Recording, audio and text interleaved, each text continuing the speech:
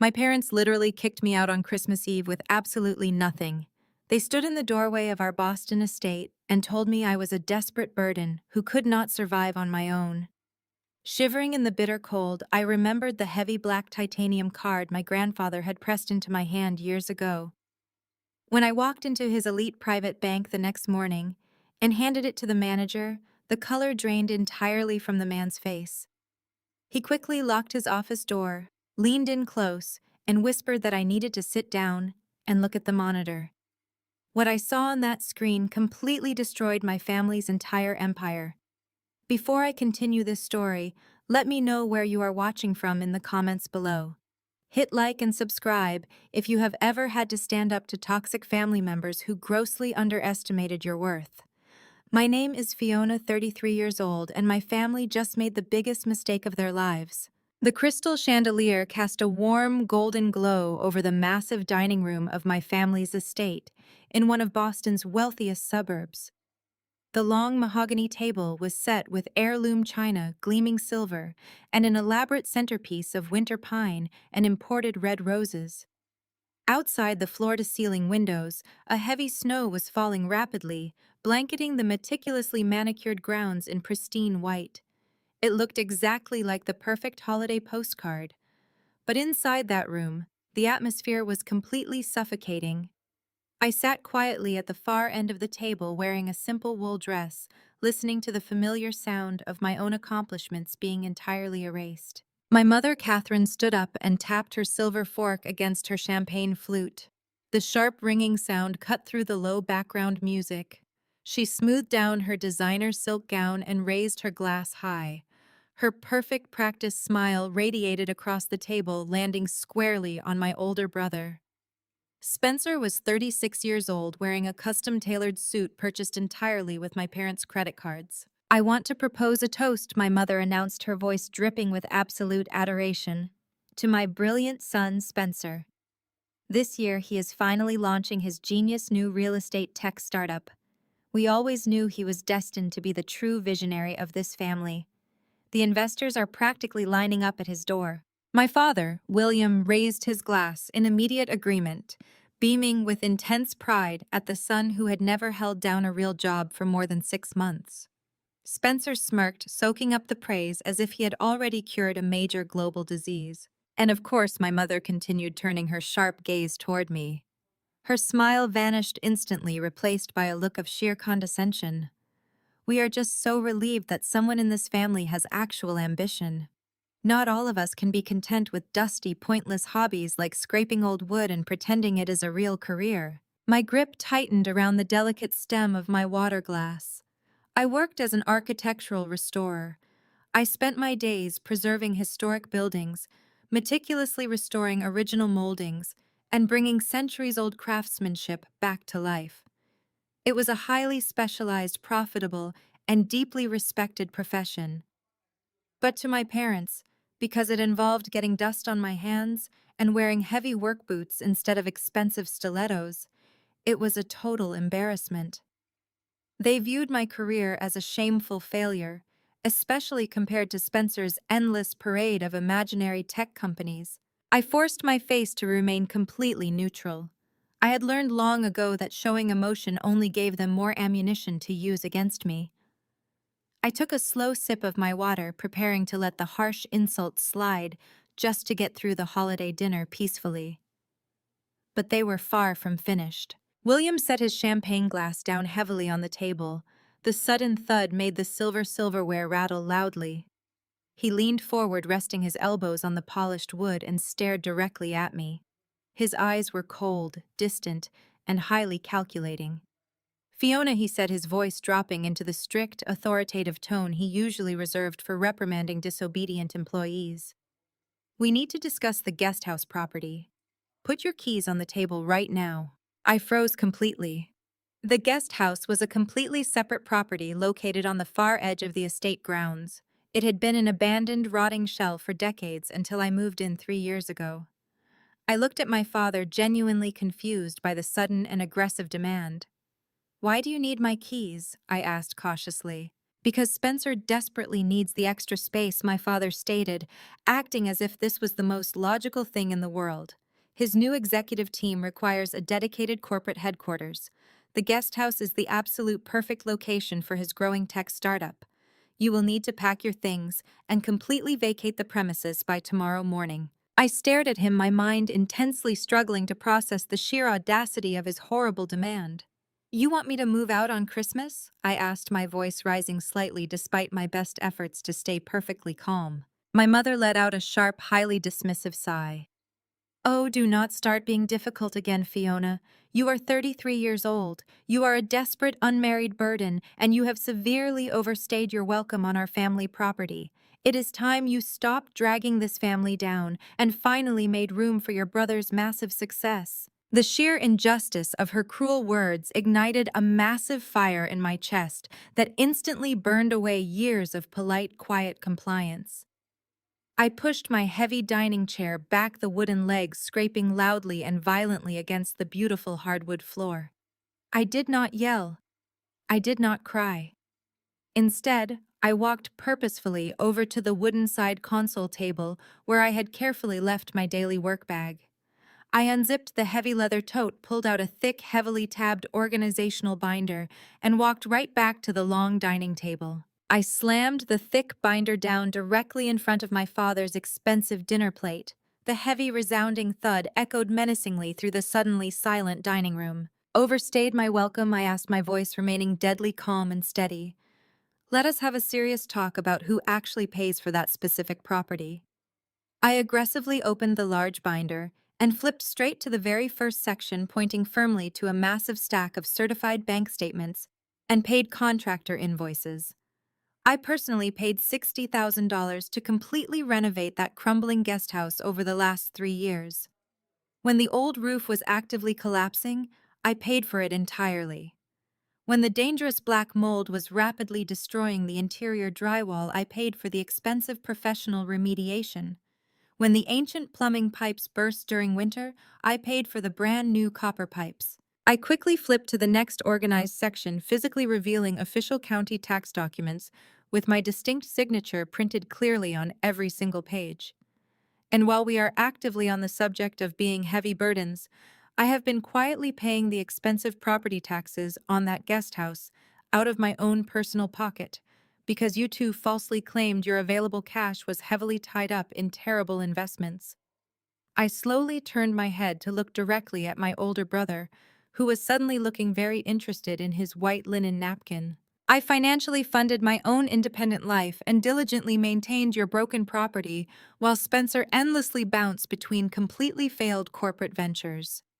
Need I thoroughly remind everyone sitting here about his massive crypto coin disaster last year, or the pathetic dropshipping company that completely went bankrupt in only 3 short months? I tapped the thick binder very firmly. I am absolutely not a burden. I am the only logical reason that specific guest house is legally habitable right now. I am definitely not handing over my comfortable home so Spencer can happily play successful CEO in a building I literally rebuilt with my own two bare hands. The tense silence in the room was absolute. My father's face turned a violent shade of purple. Suddenly, my mother let out a shrill, mocking laugh. She reached aggressively across the table, brutally snatched my binder of receipts, and marched directly over to the massive stone fireplace. Before I could register her movement, Catherine tossed the entire binder into the roaring flames. Stop lying to yourself, Fiona, she spat. Watching my documents burn. Family money funded that renovation. Get out immediately. Spencer saw his opening and seized it. He stepped forward with a cruel smirk, raising his hands. He grabbed my arm in a viciously tight grip, his fingers digging painfully into my skin to physically escort me out. My parents threw me out on Christmas Eve with nothing. They stood in the doorway of our Boston estate and told me I was a desperate burden who could not survive on my own. Shivering in the bitter cold, I remembered the heavy black titanium card my grandfather had pressed into my hand years ago. When I walked into his elite private bank the next morning and handed it to the manager, the color drained from the man's face. He quickly locked his office door, leaned in close, and whispered that I needed to sit down and look at the monitor. What I saw on that screen completely destroyed my family's empire. Before I continue this story, let me know where you are watching from in the comments below. Hit like and subscribe if you have ever had to stand up to toxic family members who underestimated your worth. My name is Fiona, 33 years old, and my family just made the biggest mistake of their lives. The crystal chandelier cast a golden glow over the dining room of my family's estate in one of Boston's wealthiest suburbs. The long mahogany table was set with heirloom china, gleaming silver, and an elaborate centerpiece of winter pine and red roses. Outside the floor-to-ceiling windows, a snow was falling, blanketing the manicured grounds in pristine white. It looked exactly like the perfect holiday postcard. But inside that room, the atmosphere was suffocating. I sat quietly at the far end of the table, wearing a simple wool dress, listening to the familiar sound of my own accomplishments being erased. My mother, Catherine, stood up and tapped her fork against her champagne flute. The ringing sound cut through the background music. She smoothed down her designer silk gown and raised her glass high. Her smile radiated across the table, landing squarely on my older brother.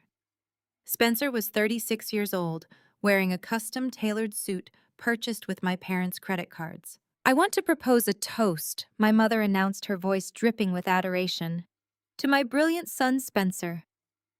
This year, he is finally launching his real estate tech startup. We always knew he was destined to be the true visionary of this family. The investors are practically lining up at his door." My father, William, raised his glass in agreement, beaming with pride at the son who had never held down a real job for more than 6 months. Spencer smirked, soaking up the praise as if he had already cured a disease. And of course my mother continued, turning her gaze toward me. Her smile vanished instantly, replaced by a look of condescension. "We are just so relieved that someone in this family has actual ambition. Not all of us can be content with dusty, pointless hobbies like scraping old wood and pretending it is a real career." My grip tightened around the delicate stem of my water glass. I worked as an architectural restorer. I spent my days preserving historic buildings, restoring original moldings, and bringing centuries-old craftsmanship back to life. It was a specialized, profitable, and respected profession. But to my parents, because it involved getting dust on my hands and wearing heavy work boots instead of expensive stilettos, it was an embarrassment. They viewed my career as a shameful failure, especially compared to Spencer's endless parade of imaginary tech companies. I forced my face to remain neutral. I had learned long ago that showing emotion only gave them more ammunition to use against me. I took a sip of my water, preparing to let the harsh insult slide, just to get through the holiday dinner peacefully. But they were far from finished. William set his champagne glass down on the table. The sudden thud made the silverware rattle loudly. He leaned forward, resting his elbows on the polished wood, and stared directly at me. His eyes were cold, distant, and calculating. "Fiona," he said, his voice dropping into the tone he usually reserved for reprimanding disobedient employees. "We need to discuss the guest house property. Put your keys on the table right now." I froze completely. The guest house was a completely separate property located on the far edge of the estate grounds. It had been an abandoned rotting shell for decades until I moved in 3 years ago. I looked at my father, genuinely confused by the sudden demand. "Why do you need my keys?" I asked. "Because Spencer desperately needs the extra space," my father stated, acting as if this was the most logical thing in the world. "His new executive team requires a dedicated corporate headquarters. The guest house is the absolute perfect location for his growing tech startup. You will need to pack your things and completely vacate the premises by tomorrow morning." I stared at him, my mind intensely struggling to process the sheer audacity of his horrible demand. "You want me to move out on Christmas?" I asked, my voice rising slightly, despite my best efforts to stay perfectly calm. My mother let out a sharp, highly dismissive sigh. "Oh, do not start being difficult again, Fiona. You are 33 years old. You are a desperate unmarried burden, and you have severely overstayed your welcome on our family property. It is time you stopped dragging this family down and finally made room for your brother's massive success." The sheer injustice of her cruel words ignited a massive fire in my chest that instantly burned away years of polite, quiet compliance. I pushed my heavy dining chair back, the wooden legs scraping loudly and violently against the beautiful hardwood floor. I did not yell, I did not cry. Instead, I walked purposefully over to the wooden side console table where I had carefully left my daily work bag. I unzipped the heavy leather tote, pulled out a thick, heavily tabbed organizational binder, and walked right back to the long dining table. I slammed the thick binder down directly in front of my father's expensive dinner plate. The heavy, resounding thud echoed menacingly through the suddenly silent dining room, overstayed my welcome. I asked, my voice remaining deadly calm and steady. Let us have a serious talk about who actually pays for that specific property. I aggressively opened the large binder and flipped straight to the very first section, pointing firmly to a massive stack of certified bank statements and paid contractor invoices. I personally paid $60,000 to completely renovate that crumbling guest house over the last 3 years. When the old roof was actively collapsing, I paid for it entirely. When the dangerous black mold was rapidly destroying the interior drywall, I paid for the expensive professional remediation. When the ancient plumbing pipes burst during winter, I paid for the brand new copper pipes. I quickly flipped to the next organized section, physically revealing official county tax documents with my distinct signature printed clearly on every single page. And while we are actively on the subject of being heavy burdens, I have been quietly paying the expensive property taxes on that guest house out of my own personal pocket because you two falsely claimed your available cash was heavily tied up in terrible investments. I slowly turned my head to look directly at my older brother, who was suddenly looking very interested in his white linen napkin. I financially funded my own independent life and diligently maintained your broken property, while Spencer endlessly bounced between completely failed corporate ventures. Need I thoroughly remind everyone sitting here about his massive crypto coin disaster last year, or the pathetic dropshipping company that completely went bankrupt in only 3 short months? I tapped the thick binder very firmly. I am absolutely not a burden. I am the only logical reason that specific guest house is legally habitable right now. I am definitely not handing over my comfortable home so Spencer can happily play successful CEO in a building I literally rebuilt with my own two bare hands. The tense silence in the room was absolute. My father's face turned a violent shade of purple. Suddenly, my mother let out a shrill, mocking laugh. She reached aggressively across the table, brutally snatched my binder of receipts, and marched directly over to the massive stone fireplace. Before I could register her movement, Catherine tossed the entire binder into the roaring flames. "Stop lying to yourself, Fiona," she spat, watching my documents burn. "Family money funded that renovation. Get out immediately." Spencer saw his opening and seized it. He stepped forward with a cruel smirk, raising his hands. He grabbed my arm in a viciously tight grip, his fingers digging painfully into my skin. The searing heat from the fireplace roared aggressively behind me, completely consuming every piece of evidence I had painstakingly gathered. I was being brutally discarded by the very people who were supposed to protect me, left with absolutely nothing as he began to physically escort me out. Spencer's grip was like an industrial vice. He practically dragged me through the grand foyer of our family estate, his expensive leather shoes slipping slightly on the polished marble floor. I struggled against him, my boots fighting for traction. I demanded he let go of me, but his only response was a sharp, aggressive shove toward the heavy oak front door. My work bag sat on the entryway bench exactly where I always left it after a long day at the restoration site. I lunged for it. That leather bag contained my entire professional livelihood, every single architectural blueprint, every historical preservation contract, and 5 years of meticulous client files were saved on that specific laptop. Spencer saw my sudden movement and intercepted me effortlessly, snatching the bag by its leather strap before I could reach it. I told him to give it back instantly, stating firmly that my restoration work had absolutely nothing to do with him or his imaginary tech startup. He sneered deeply, holding the heavy bag high out of my reach. He claimed it was company property now. He argued that since I had lived on family land, everything I created there legally belonged to the family estate. I tried to grab it again, fueled by pure desperation, but he shoved me hard with his free hand. I stumbled backward, the heavy oak door swinging wide open behind me. The biting winter wind hit me instantly, stealing the breath from my lungs. Before I could catch my balance, Spencer pushed me one final time, sending me stumbling out onto the freezing stone porch. The heavy door slammed shut with a deafening thud. The unmistakable permanent click of the brass deadbolt echoed into the dark winter night. I scrambled back to the door, pounding my bare fists against the thick wood.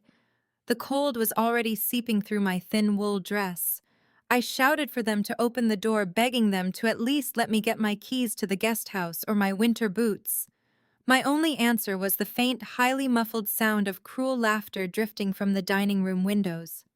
They were actually laughing at me. I stood there on the porch as the heavy snow continued to fall rapidly, burying my parents' sprawling, manicured lawn. I had absolutely nothing but my thin dress coat, which I had managed to grab from the hall tree as Spencer dragged me past, and my small, everyday purse. My car keys were thankfully in my coat pocket, but my home, my work, and my entire family were permanently locked behind that oak door. I stumbled down the icy steps and trudged through the deep snow toward my car, the biting wind cutting right through to my bones. The heater in my 10-year-old sedan struggled desperately to combat the freezing Boston temperatures. I sat parked outside a cheap roadside motel on the industrial edge of the city, watching the neon vacancy sign flicker erratically against the dark sky. The holiday meant almost everything else was closed, and this rundown place was the only option I could find. My hands shook violently as I dug through my small purse.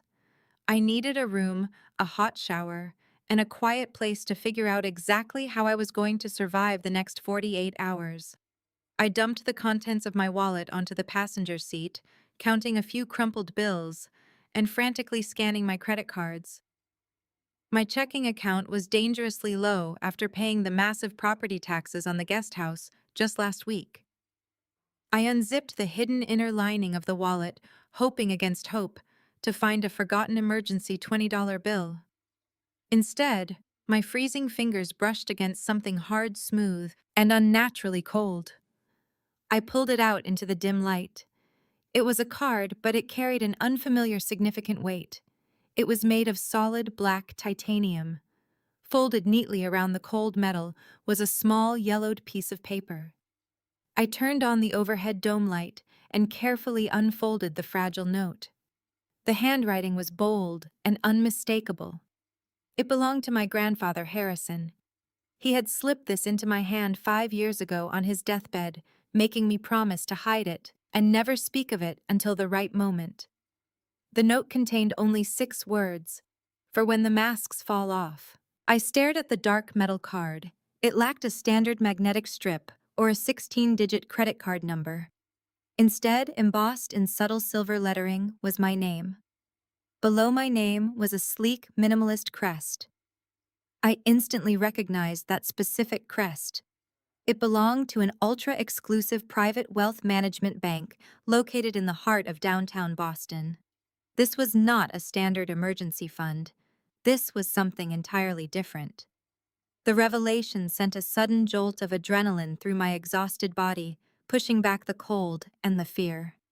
I secured a cheap room for the night, barely sleeping as I held the heavy titanium card in my hand, waiting for the holiday weekend to end, so I could finally uncover my grandfather's final secret. The morning of December 26th arrived with a bitter, biting chill.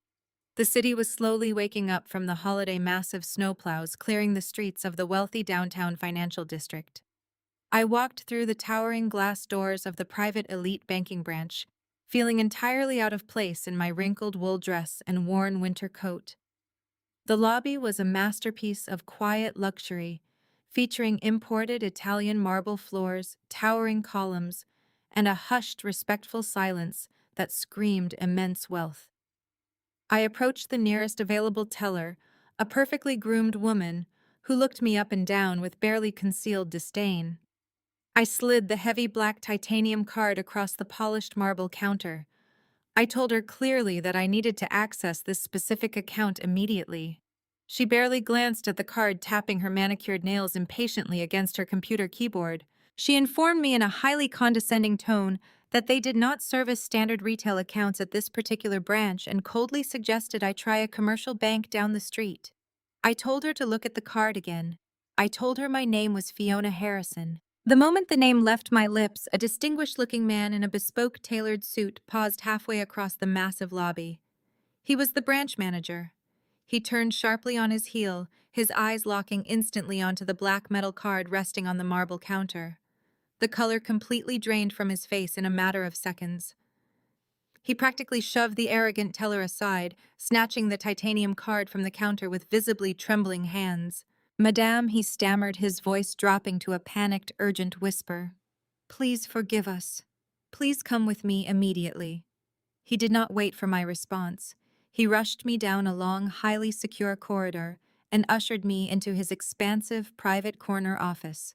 The moment I crossed the threshold, he slammed the heavy wooden door shut and quickly threw the brass deadbolt. He gestured frantically for me to sit in one of the plush leather guest chairs, but I remained standing, my heart pounding aggressively against my ribs. The manager rushed behind his massive mahogany desk, inserted the titanium card into a specialized, secure reader, and typed a rapid, complex sequence of commands onto his keyboard. He stared at the monitor for a long, silent moment. I watched his face turn from pale to completely ashen. He slowly stood up, turning the large computer monitor around so it faced me directly. "Ms. Harrison," he said, his voice completely devoid of its former professional polish, "your grandfather did not leave you a simple trust fund or a basic emergency savings account. He left you the keys to the kingdom." I stepped closer to the desk, my eyes intensely scanning the complex financial dashboard displayed on the screen. The numbers presented were absolutely incomprehensible. There were seemingly endless rows of holding companies, massive international real estate portfolios, and highly aggressive venture capital funds. The total asset valuation listed at the very bottom of the screen was securely in the hundreds of millions of dollars. "This card," the manager explained, his voice shaking noticeably as he pointed to the screen, "grants you sole undisputed executive control of Harrison Equity. It is a massive shadow-holding firm established by your grandfather decades ago. You are the sole chief executive officer and the sole legal beneficiary. You own absolutely everything you see here." I gripped the sharp edge of the large mahogany desk, my knees suddenly feeling incredibly weak. My family had always loudly claimed that Grandpa Harrison lost his vast fortune before he died. Catherine and William had spent years endlessly complaining about how he foolishly squandered the family wealth, using his alleged financial ruin as an excuse to tighten their controlling grip on the remaining estate and justify their own terrible financial decisions. But he had not lost anything. He had meticulously hidden it. He had hidden it directly from them, and he had legally given every single penny to me. While my mind desperately tried to process the massive shock of this sudden inheritance, the bank manager clicked into another secure section of the complex firm's active accounts. He pulled up a highly detailed, extremely high-risk lending portfolio. The manager looked up at me, his expression turning incredibly grim and serious. He pointed a shaking finger at the very top line of the dense financial spreadsheet. "Madam," he whispered, the absolute gravity of the situation echoing loudly in the quiet, locked room. "You need to sit down. You need to see exactly who your biggest debtors are." I lowered myself slowly into the leather chair, my eyes fixed on the names illuminated on the glowing monitor. The bitter cold of the Boston snowstorm and the cruel sting of my family's betrayal began to melt away rapidly, replaced by a cold, calculating realization. The power dynamic had just shifted permanently. I was no longer the discarded daughter freezing in a motel parking lot. I was the silent architect of their impending destruction. The masks had indeed fallen off just as my grandfather predicted, but they had absolutely no idea who was really pulling the strings. I stared intensely at the glowing computer monitor, meticulously tracing the lines of financial data that the bank manager highlighted with his cursor. The names William and Catherine Harrison were stamped across the top of a master ledger, but the numbers beneath them completely defied logic. Growing up, my parents had fiercely projected an image of untouchable generational wealth. They hosted lavish charity galas, drove imported luxury vehicles, and regularly remodeled portions of the main estate just to keep up with the latest architectural trends. I had always assumed they were simply tapping into a vast, bottomless reservoir of old money. The digital screen told a completely different story. They were entirely bankrupt. My eyes scanned the chronological list of massive predatory loans. 5 years ago, right around the time my grandfather passed away, they took out a second mortgage on the Beacon Hill mansion. 2 years later, a third mortgage followed, packaged with incredibly high interest rates that bordered on absolute extortion. The collateral for every single one of these desperate financial lifelines was the family estate itself. They had leveraged the very roof over our heads to maintain a completely fraudulent lifestyle.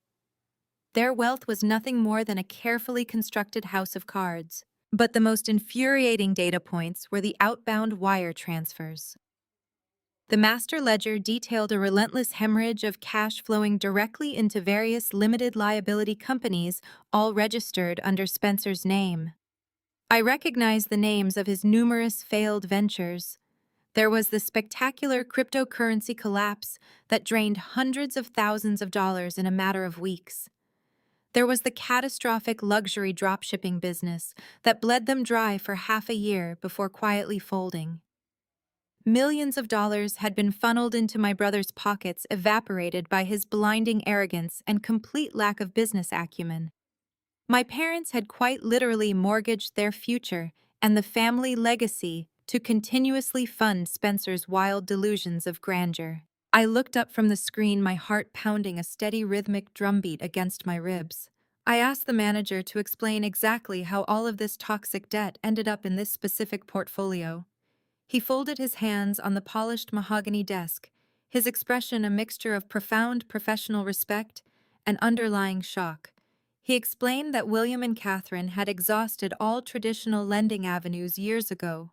Traditional banks recognized their terrible debt-to-income ratio and flatly refused to extend their credit any further. Out of sheer desperation, they turned to private high-risk lending groups to secure the cash they desperately needed to maintain their public facade. What they completely failed to realize was that these private lending entities were actually subsidiary branches secretly owned and operated by Harrison Equity. The manager tapped the monitor. "Your grandfather was a brilliant strategist," he said smoothly. "He foresaw their reckless spending habits and instructed this firm to quietly acquire every single piece of debt your parents issued. We hold the primary mortgage on the mansion. We hold the secondary loans. We own the paper on their luxury vehicles." The implications crashed over me like a tidal wave of ice water. I did not just have a large bank account. I was legally their landlord. I was their primary creditor. If they missed a single payment, I had the absolute legal authority to foreclose on the very estate they had just violently kicked me out of. I held their entire financial existence in the palm of my hand. But the shocking revelations did not stop there. The manager scrolled down to the most recent transaction dated just 3 weeks ago. It was a massive disbursement of exactly $5 million. He pointed to the recipient entity, a newly registered tech startup. Spencer's new real estate technology venture. The very same company they were loudly celebrating at the dining room table last night while simultaneously humiliating me. Spencer did not secure seed funding from brilliant venture capitalists who believed in his vision. He received his $5 million lifeline from a blind corporate trust entirely controlled by Harrison Equity. I had unwittingly funded the very company Spencer used as a pathetic excuse to violently exile me into the freezing snow. My brother was parading around Boston claiming to be a self-made tech genius, completely unaware that his little sister was his sole financial backer. The sheer poetic irony of the situation was absolutely intoxicating. For 33 years, I had been the family scapegoat, the invisible daughter forced to quietly accept their emotional abuse and financial manipulation. They demanded I surrender the guest house I had painstakingly restored with my own hard-earned money because they genuinely believed I was a powerless, desperate burden. They thought they held all the cards. They had absolutely no idea that I owned the entire casino. Just as I was absorbing this massive shift in power, the heavy silence in the locked office was shattered by the sharp buzzing of my cell phone. I pulled it out of my heavy winter coat pocket. The screen lit up with a text message from Spencer. I unlocked the device and read his words. His tone was as arrogant and cruel as it had been on the freezing porch the night before. The message was a direct, aggressive threat. Spencer casually informed me that he had contacted the IT contractor who managed the family estate's central server.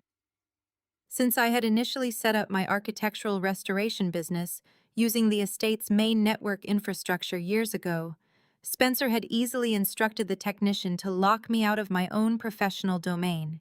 He wrote that he now had total administrative access to my professional email accounts, my digital blueprints, and most importantly, my entire client database. 5 years of meticulous networking, ongoing corporate contracts, and highly sensitive historical preservation plans were now being held hostage. His terms were explicitly stated in the follow-up text. He demanded I officially sign over all legal rights to the guest house and permanently walk away from the property by the end of the week.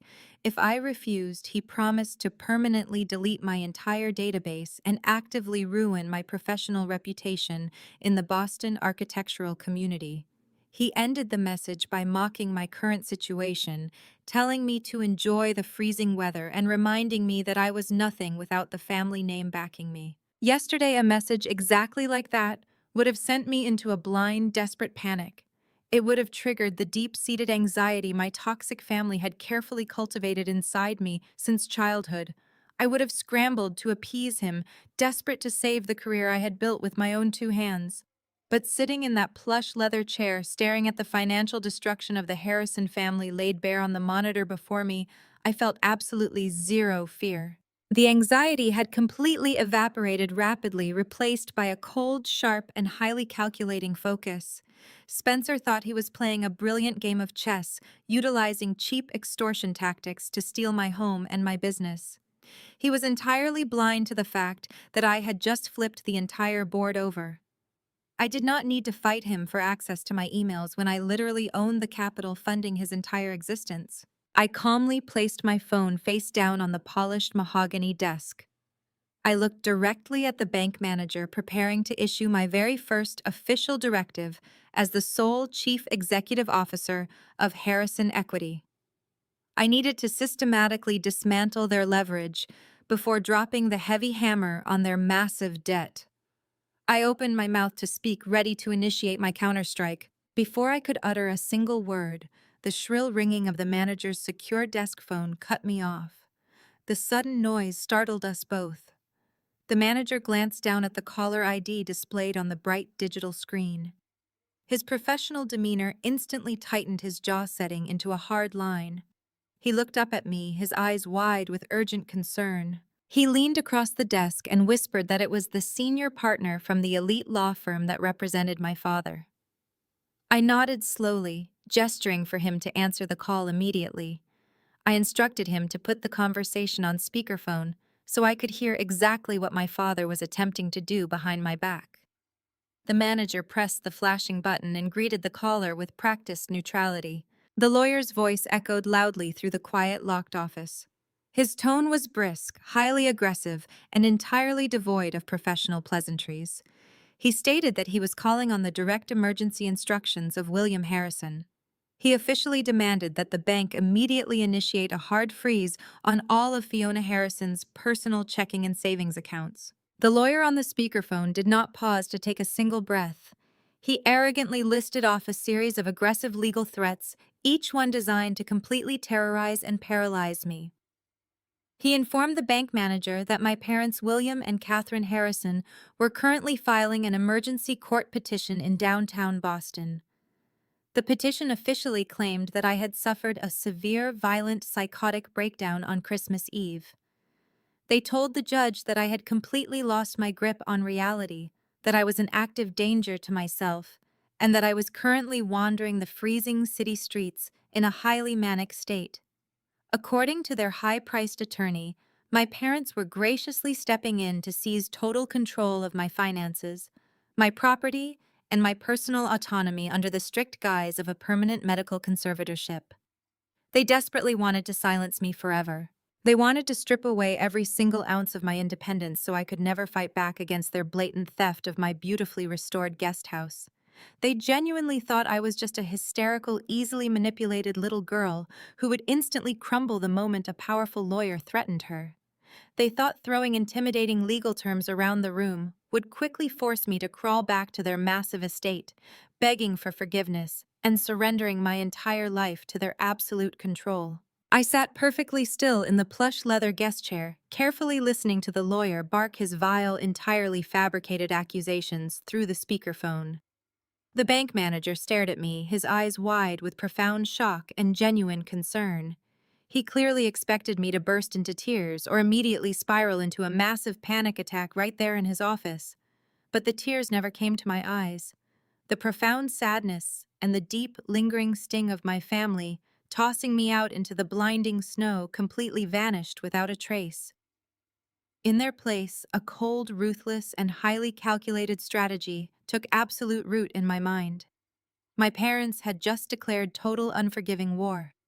They were trying to completely erase my existence just to protect their precious golden child.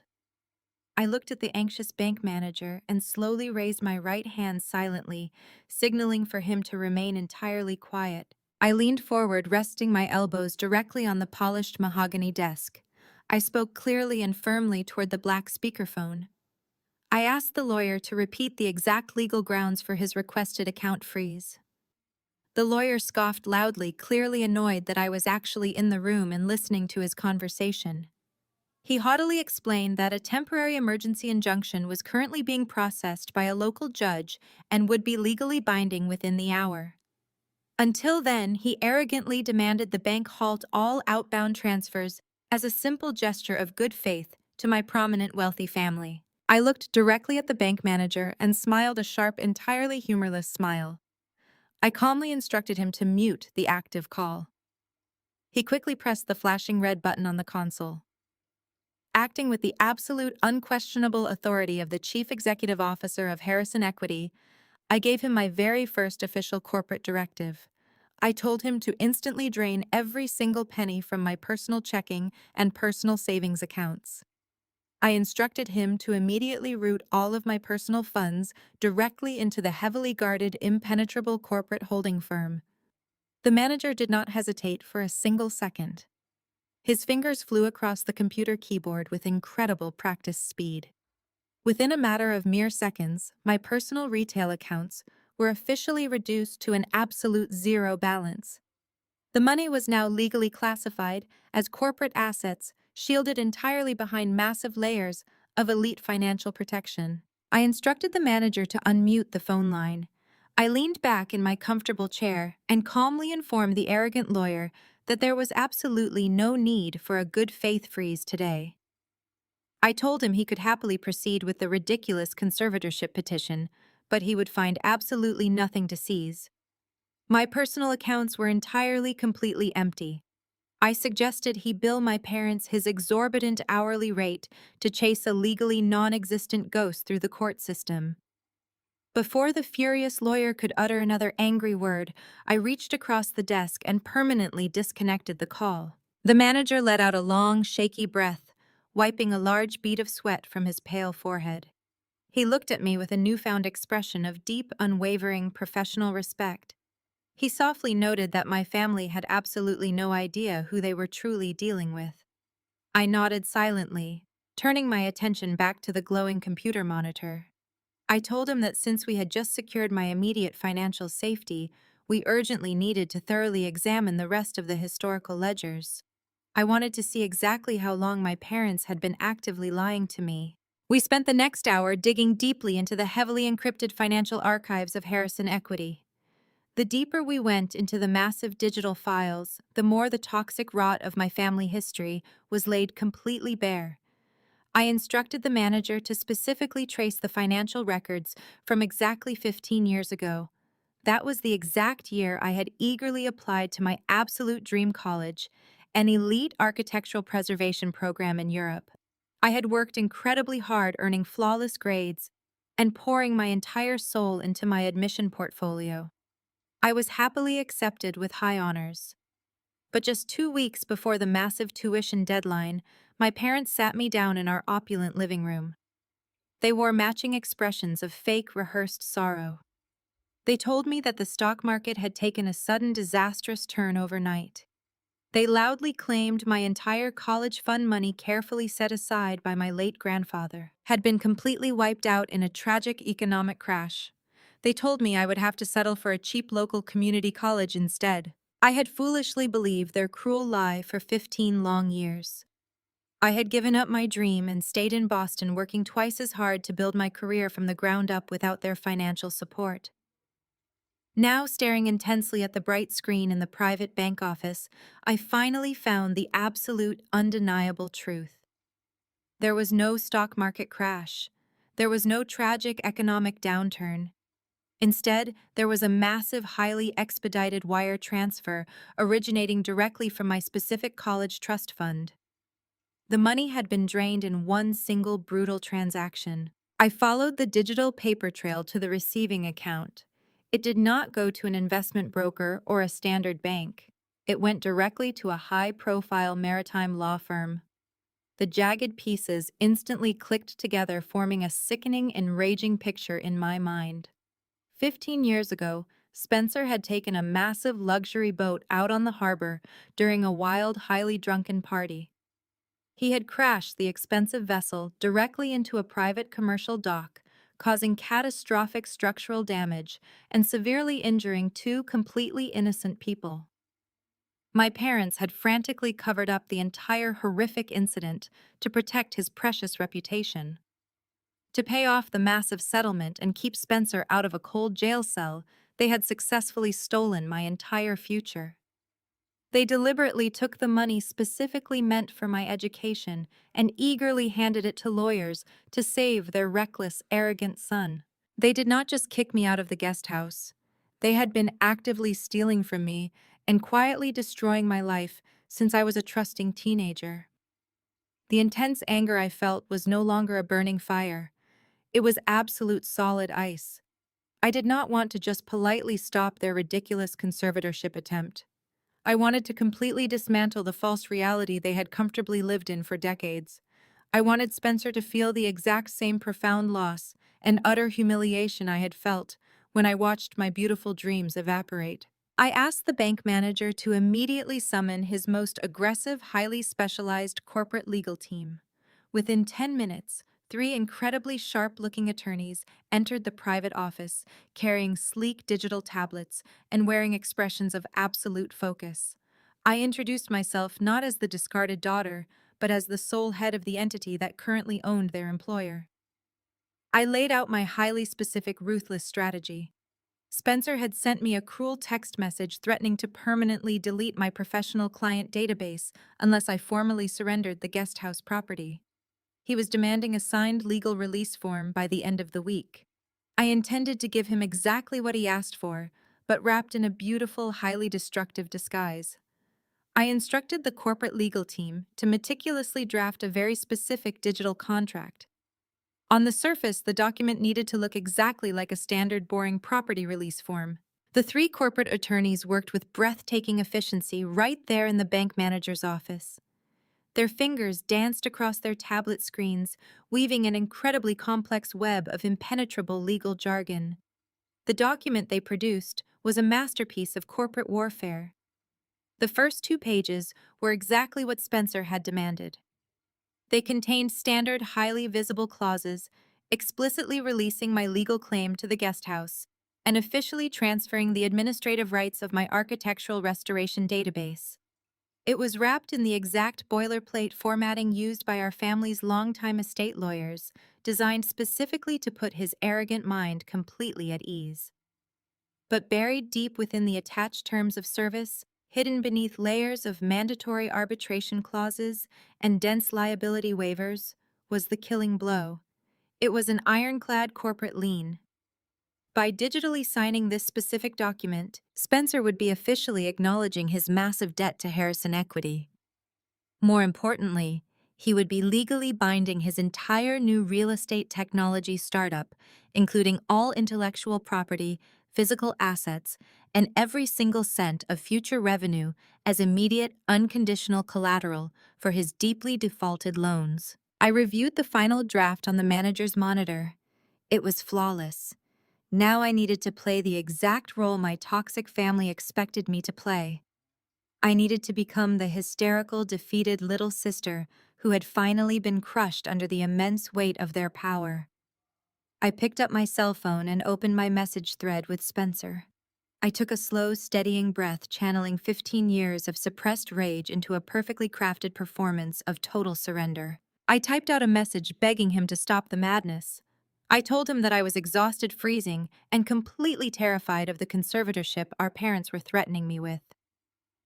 I wrote that I could not fight them anymore, and that my entire professional livelihood was completely worthless if I was locked in a psychiatric facility. I deliberately misspelled a few words and allowed my grammar to slip, making the text look like it was typed by someone sobbing uncontrollably in a motel parking lot. I promised him that if he would just call off our parents' lawyers and unlock my database, I would sign over the guest house immediately.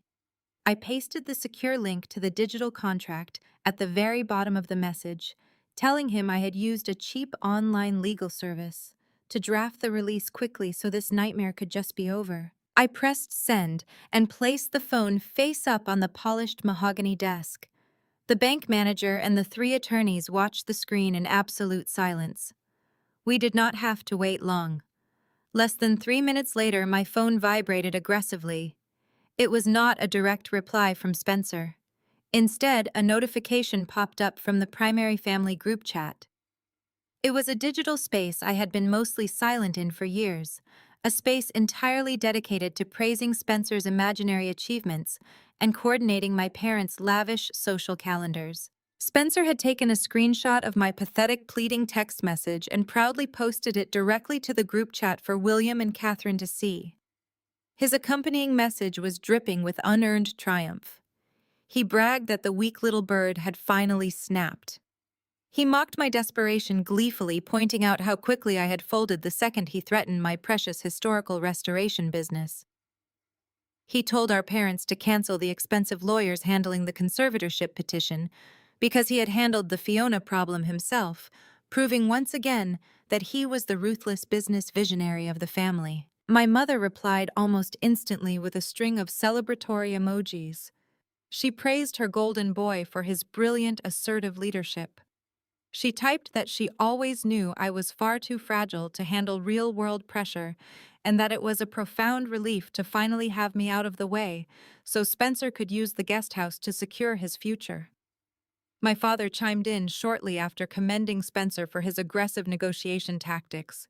He proudly declared that forcing me into total submission was the exact kind of killer instinct required to run a massive technology empire. They were actively bonding over my perceived psychological destruction. They were celebrating my complete financial ruin as if it were a massive family victory. They were so blinded by their own toxic arrogance that they completely forgot the most basic rule of business. They never read the fine print. Spencer was so incredibly eager to lock down the guest house and permanently cement his status as the undisputed victor that he did not even pause to forward the document to his own legal counsel. He genuinely believed I was far too stupid and panicked to draft anything dangerous. He assumed the link was exactly what I said it was, a desperate, hastily created surrender document. A sharp metallic chime echoed from the lead attorney's tablet. The lawyer looked down at the screen, a slow, incredibly sharp smile spreading across his face. He looked up at me and simply nodded. Spencer had electronically signed the document. He had authorized the signature using his secure biometric identification, making it absolutely, undeniably legally binding in the state of Massachusetts. The trap had officially sprung shut with bone-crushing force. The bank manager quickly refreshed the master dashboard on his computer monitor. The massive financial ecosystem of Harrison Equity instantly recognized the newly executed corporate lien. The system automatically updated the collateral status of Spencer's $5 million startup venture.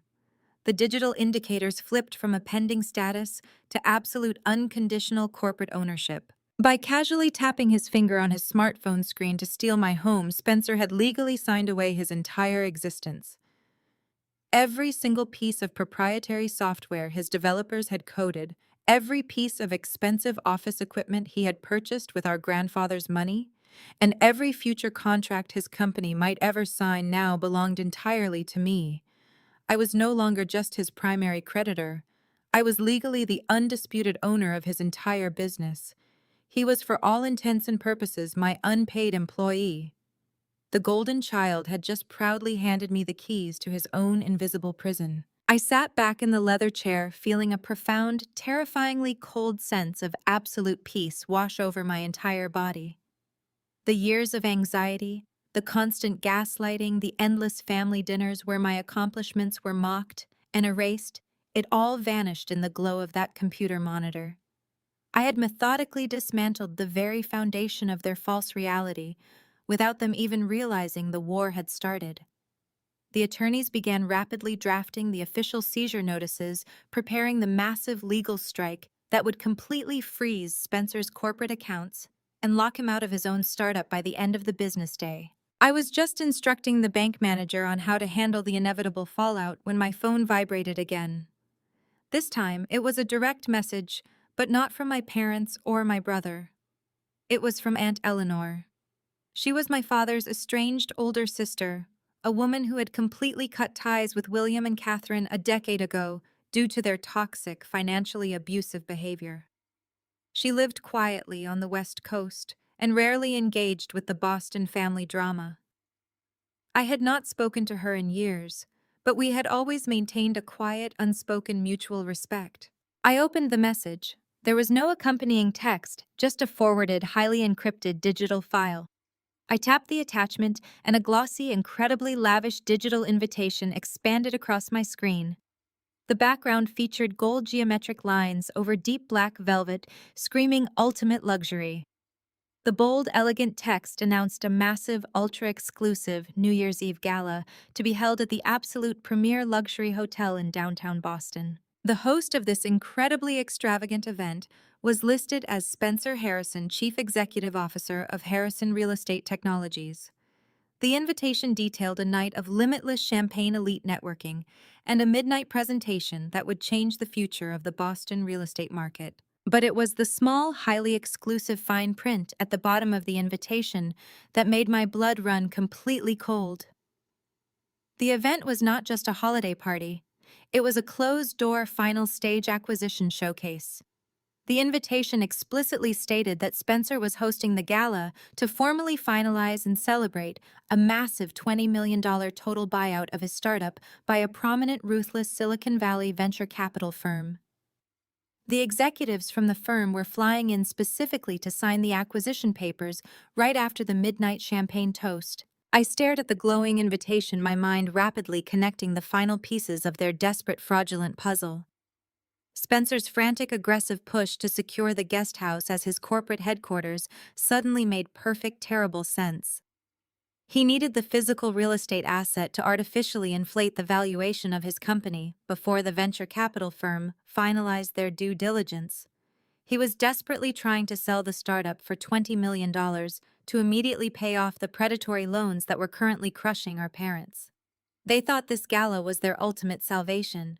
They genuinely believed they were just days away from a massive payday that would save the family mansion and permanently secure their wealthy lifestyle. They were throwing the biggest, most expensive party of the decade to sell a technology company that, as of exactly 4 minutes ago, legally belonged to me. Spencer was planning to sign over assets he absolutely did not own to a room full of ruthless investors who would completely destroy him when they discovered the fraud.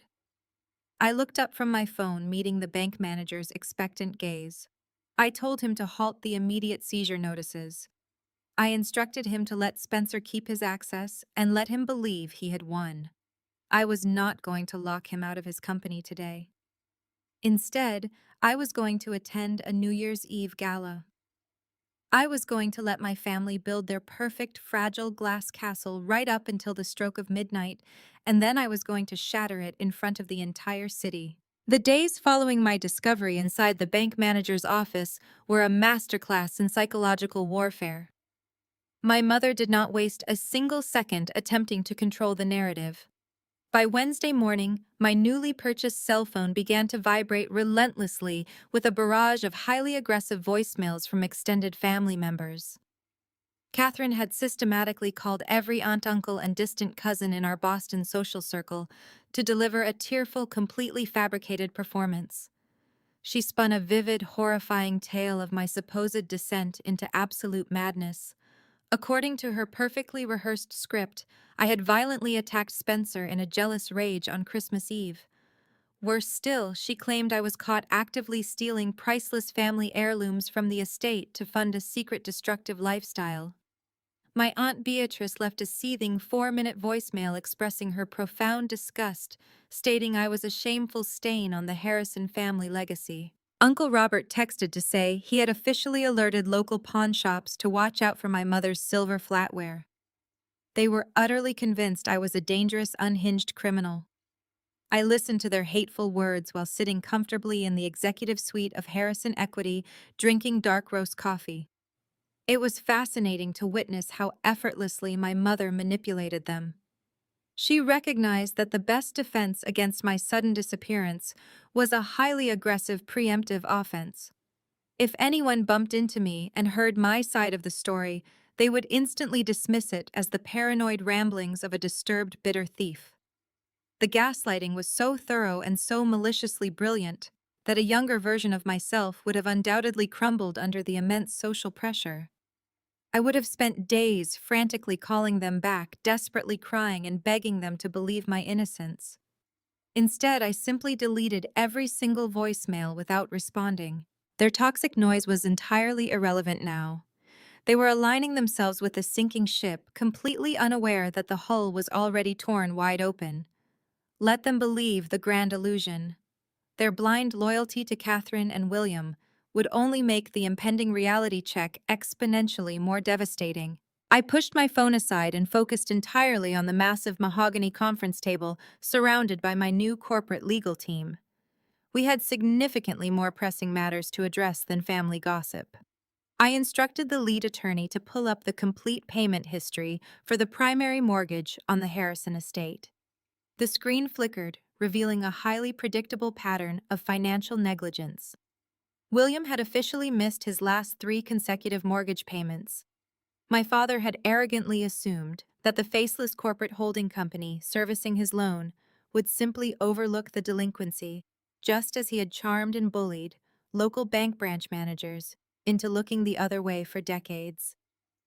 He genuinely believed his prominent Boston name granted him complete immunity from standard financial consequences. He was catastrophically wrong. I leaned forward and instructed the legal team to immediately formalize the foreclosure notices. I wanted the documents drafted with absolute ruthless precision. There would be absolutely no grace periods, no negotiated extensions, and absolutely no room for a legal appeal. By defaulting on 3 consecutive payments, William had legally triggered an automatic acceleration clause buried deep within the original lending contract that my grandfather had brilliantly engineered. The entire remaining balance of the massive loan was now due immediately in full. If they could not produce $7 million in cash by the end of the week, the estate legally belonged to me. The lead attorney smiled sharply, his pen flying across his legal pad as he finalized the foreclosure directives. He asked if I wanted the notices served to the mansion today. I shook my head, my mind already calculating the perfect timing for maximum psychological impact. I told him to hold the physical documents until the very last second. I wanted to deliver them myself. I wanted to look my father directly in the eyes when he realized the daughter he had brutally discarded was the exact person evicting him from his precious castle. The attorney spent the remainder of the afternoon finalizing the complex paperwork, ensuring every single signature and corporate seal was utterly ironclad. My parents had treated our ancestral home like a personal piggy bank, blindly draining its vast equity to sponsor their endless vanity projects. Now they were going to lose it all. With the legal traps securely set, I left the financial district and walked purposefully toward Newbury Street. For 33 years, my mother had actively policed my wardrobe and my appearance. She constantly forced me into plain, drab, ill-fitting wool dresses and muted colors, deliberately suppressing my presence so Spencer could shine brighter. She weaponized fashion, using it to visibly categorize me as the frumpy, invisible workhorse of the family. I walked into the most exclusive designer boutique in the city with a single clear objective. I was going to completely shed the pathetic persona they had violently forced upon me. I was no longer the dusty architectural restorer begging for scraps of basic respect at the family dinner table. I was the chief executive of a massive financial empire. I spent the next 2 hours working with a private stylist to curate a completely new armor. I purchased a stunning razor-sharp designer suit in a deep, commanding emerald green. The tailoring was absolutely flawless, projecting an image of undeniable power, immense wealth, and quiet, lethal confidence. I paired it with sleek, aggressive stiletto heels that echoed loudly against the hardwood floor of the boutique. I visited a high-end salon, next instructing the stylist to chop off the long, unruly hair I usually kept tied in a messy bun. I walked out with a sleek, sharp chin-length bob that highlighted my jawline and made me look completely unrecognizable to the girl who had cried on the freezing porch just days prior. I returned to my executive office and meticulously assembled my weapons for the evening. I took a sleek leather briefcase and carefully placed the certified physical copies of the debt ownership records inside. I added the digitally signed corporate lien that Spencer had so arrogantly executed, which legally bound his entire technology startup to my holding firm. Finally, I placed the freshly drafted, legally binding foreclosure notices for the family mansion right on top.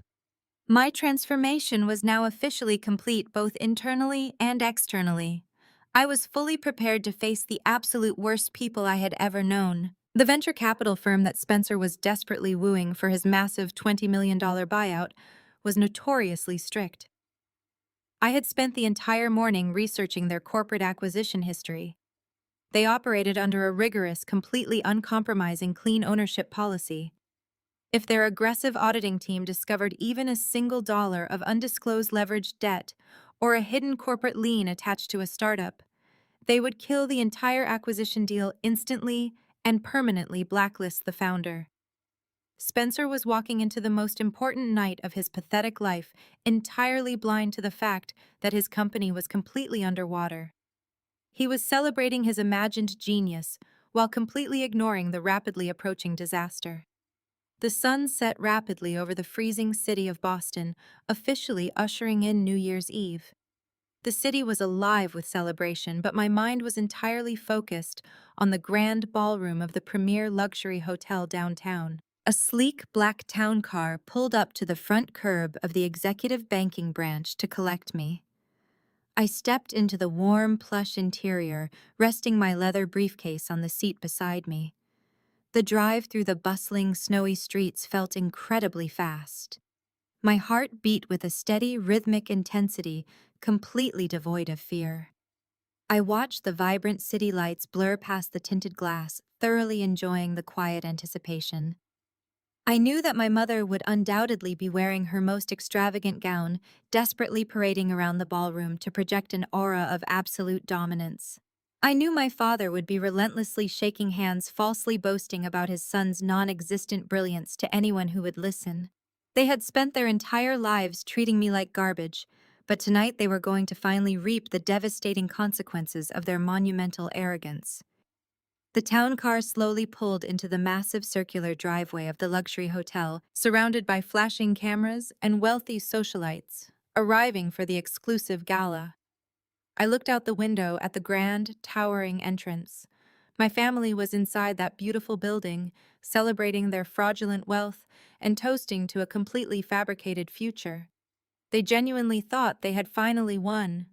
They believed that tossing me out into the bitter cold had officially secured their financial salvation. The driver rounded the vehicle and opened my door, the crisp winter air rushing into the cabin. I grabbed my briefcase, adjusting the lapels of my emerald suit. I stepped safely out of the black town car and placed my heels firmly on the pavement. The days following my discovery inside the bank manager's office were a masterclass in psychological warfare. My mother did not waste a single second attempting to control the narrative. By Wednesday morning, my newly purchased cell phone began to vibrate relentlessly with a barrage of highly aggressive voicemails from extended family members. Catherine had systematically called every aunt, uncle, and distant cousin in our Boston social circle to deliver a tearful, completely fabricated performance. She spun a vivid, horrifying tale of my supposed descent into absolute madness. According to her perfectly rehearsed script, I had violently attacked Spencer in a jealous rage on Christmas Eve. Worse still, she claimed I was caught actively stealing priceless family heirlooms from the estate to fund a secret destructive lifestyle.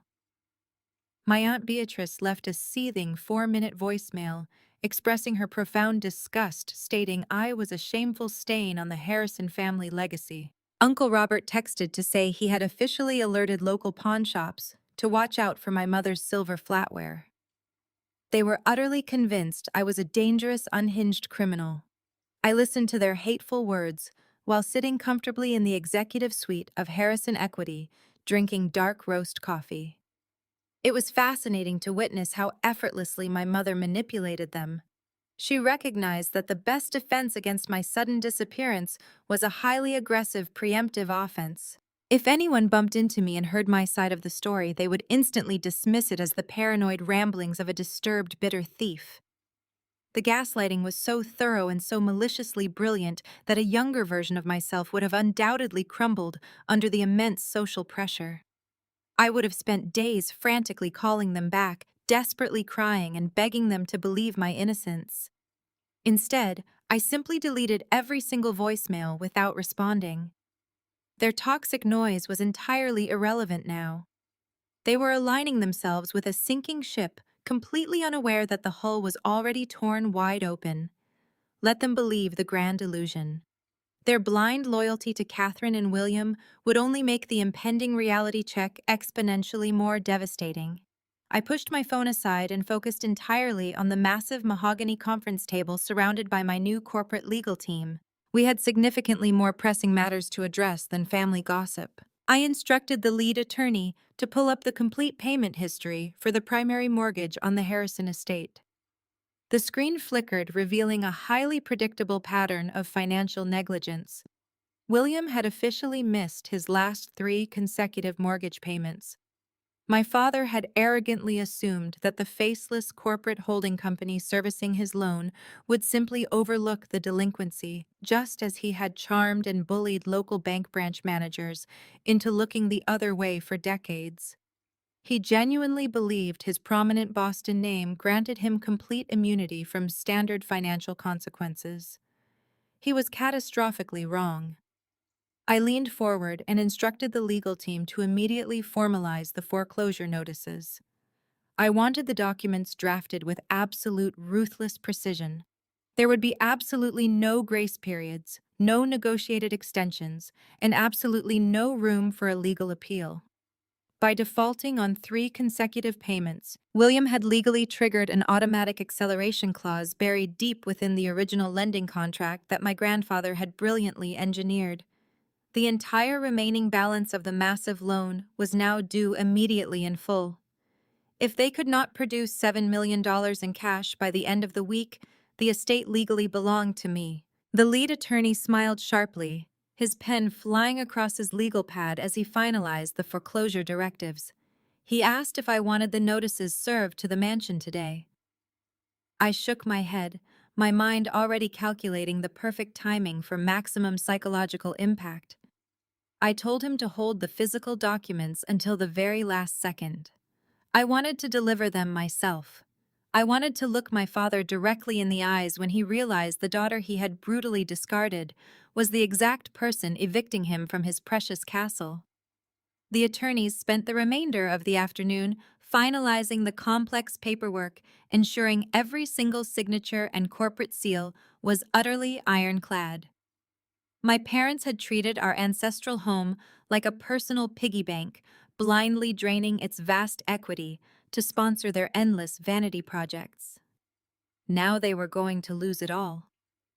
With the legal trap securely set, I left the financial district and walked purposefully toward Newbury Street. For 33 years, my mother had actively policed my wardrobe and my appearance. She constantly forced me into plain, drab, ill-fitting wool dresses and muted colors, deliberately suppressing my presence so Spencer could shine brighter. She weaponized fashion, using it to visibly categorize me as the frumpy, invisible workhorse of the family. I walked into the most exclusive designer boutique in the city with a single clear objective. I was going to completely shed the pathetic persona they had violently forced upon me. I was no longer the dusty architectural restorer begging for scraps of basic respect at the family dinner table. I was the chief executive of a massive financial empire. I spent the next 2 hours working with a private stylist to curate a completely new armor. I purchased a stunning razor-sharp designer suit in a deep commanding emerald green. The tailoring was absolutely flawless, projecting an image of undeniable power, immense wealth, and quiet, lethal confidence. I paired it with sleek, aggressive stiletto heels that echoed loudly against the hardwood floor of the boutique. I visited a high-end salon, next instructing the stylist to chop off the long, unruly hair I usually kept tied in a messy bun. I walked out with a sleek, sharp chin-length bob that highlighted my jawline and made me look completely unrecognizable to the girl who had cried on the freezing porch just days prior. I returned to my executive office and meticulously assembled my weapons for the evening. I took a sleek leather briefcase and carefully placed the certified physical copies of the debt ownership records inside. I added the digitally signed corporate lien that Spencer had so arrogantly executed, which legally bound his entire technology startup to my holding firm. Finally, I placed the freshly drafted, legally binding foreclosure notices for the family mansion right on top. My transformation was now officially complete, both internally and externally. I was fully prepared to face the absolute worst people I had ever known. The venture capital firm that Spencer was desperately wooing for his massive $20 million buyout was notoriously strict. I had spent the entire morning researching their corporate acquisition history. They operated under a rigorous, completely uncompromising clean ownership policy. If their aggressive auditing team discovered even a single dollar of undisclosed leveraged debt or a hidden corporate lien attached to a startup, they would kill the entire acquisition deal instantly and permanently, blacklist the founder. Spencer was walking into the most important night of his pathetic life, entirely blind to the fact that his company was completely underwater. He was celebrating his imagined genius while completely ignoring the rapidly approaching disaster. The sun set rapidly over the freezing city, officially ushering in New Year's Eve. The city was alive with celebration, but my mind was entirely focused on the grand ballroom of the premier luxury hotel downtown. A sleek black town car pulled up to the front curb to collect me. I stepped into the warm, plush interior, resting my leather briefcase on the seat beside me. The drive through the bustling, snowy streets felt incredibly fast. My heart beat with a steady, rhythmic intensity completely devoid of fear. I watched the vibrant city lights blur past the tinted glass, thoroughly enjoying the quiet anticipation. I knew that my mother would undoubtedly be wearing her most extravagant gown, desperately parading around the ballroom to project an aura of absolute dominance. I knew my father would be relentlessly shaking hands, falsely boasting about his son's non-existent brilliance to anyone who would listen. They had spent their entire lives treating me like garbage, but tonight, they were going to finally reap the devastating consequences of their monumental arrogance. The town car slowly pulled into the massive circular driveway of the luxury hotel, surrounded by flashing cameras and wealthy socialites arriving for the exclusive gala. I looked out the window at the towering entrance. My family was inside that beautiful building celebrating their fraudulent wealth and toasting to a completely fabricated future. They genuinely thought they had finally won. They believed that tossing me out into the bitter cold had officially secured their financial salvation. The driver rounded the vehicle and opened my door, the crisp winter air rushing into the cabin. I grabbed my heavy leather briefcase, adjusting the sharp lapels of my emerald suit. I stepped safely out of the black town car and placed my heels firmly on the cold, icy pavement. The massive, heavy double doors of the grand ballroom swung open before me, revealing a stunning sea of black tuxedos and shimmering designer gowns. The air was thick with the suffocating scent of expensive champagne and the desperate musk of corporate greed. I stood at the threshold for a fraction of a second, letting the magnitude of the spectacle wash over me. Hundreds of the absolute most elite socialites and ruthless investors were packed into the opulent space, gathered to worship at the altar of Spencer Harrison.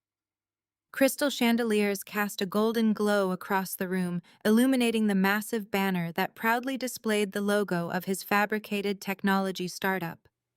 I took my very first step into the massive room. The aggressive stiletto heels I had purchased earlier struck the polished marble floor with the explosive crack of a rifle shot. I took another step. Click, then another. Click. The percussive sound cut through the low hum of networking chatter like a blade. I walked directly down the center aisle, my posture rigid, my chin high. The emerald green designer suit moved with me, a flash of power cutting through an ocean of monochromatic formal wear. Heads turned. Conversations abruptly stopped. The elite crowd parted before me, their expressions shifting from polite curiosity to absolute shock. They did not recognize the woman striding confidently through their ranks. They were expecting the tragic, frumpy sister my mother had spent decades meticulously describing. They were not expecting a woman who looked like she owned the very building they were standing in.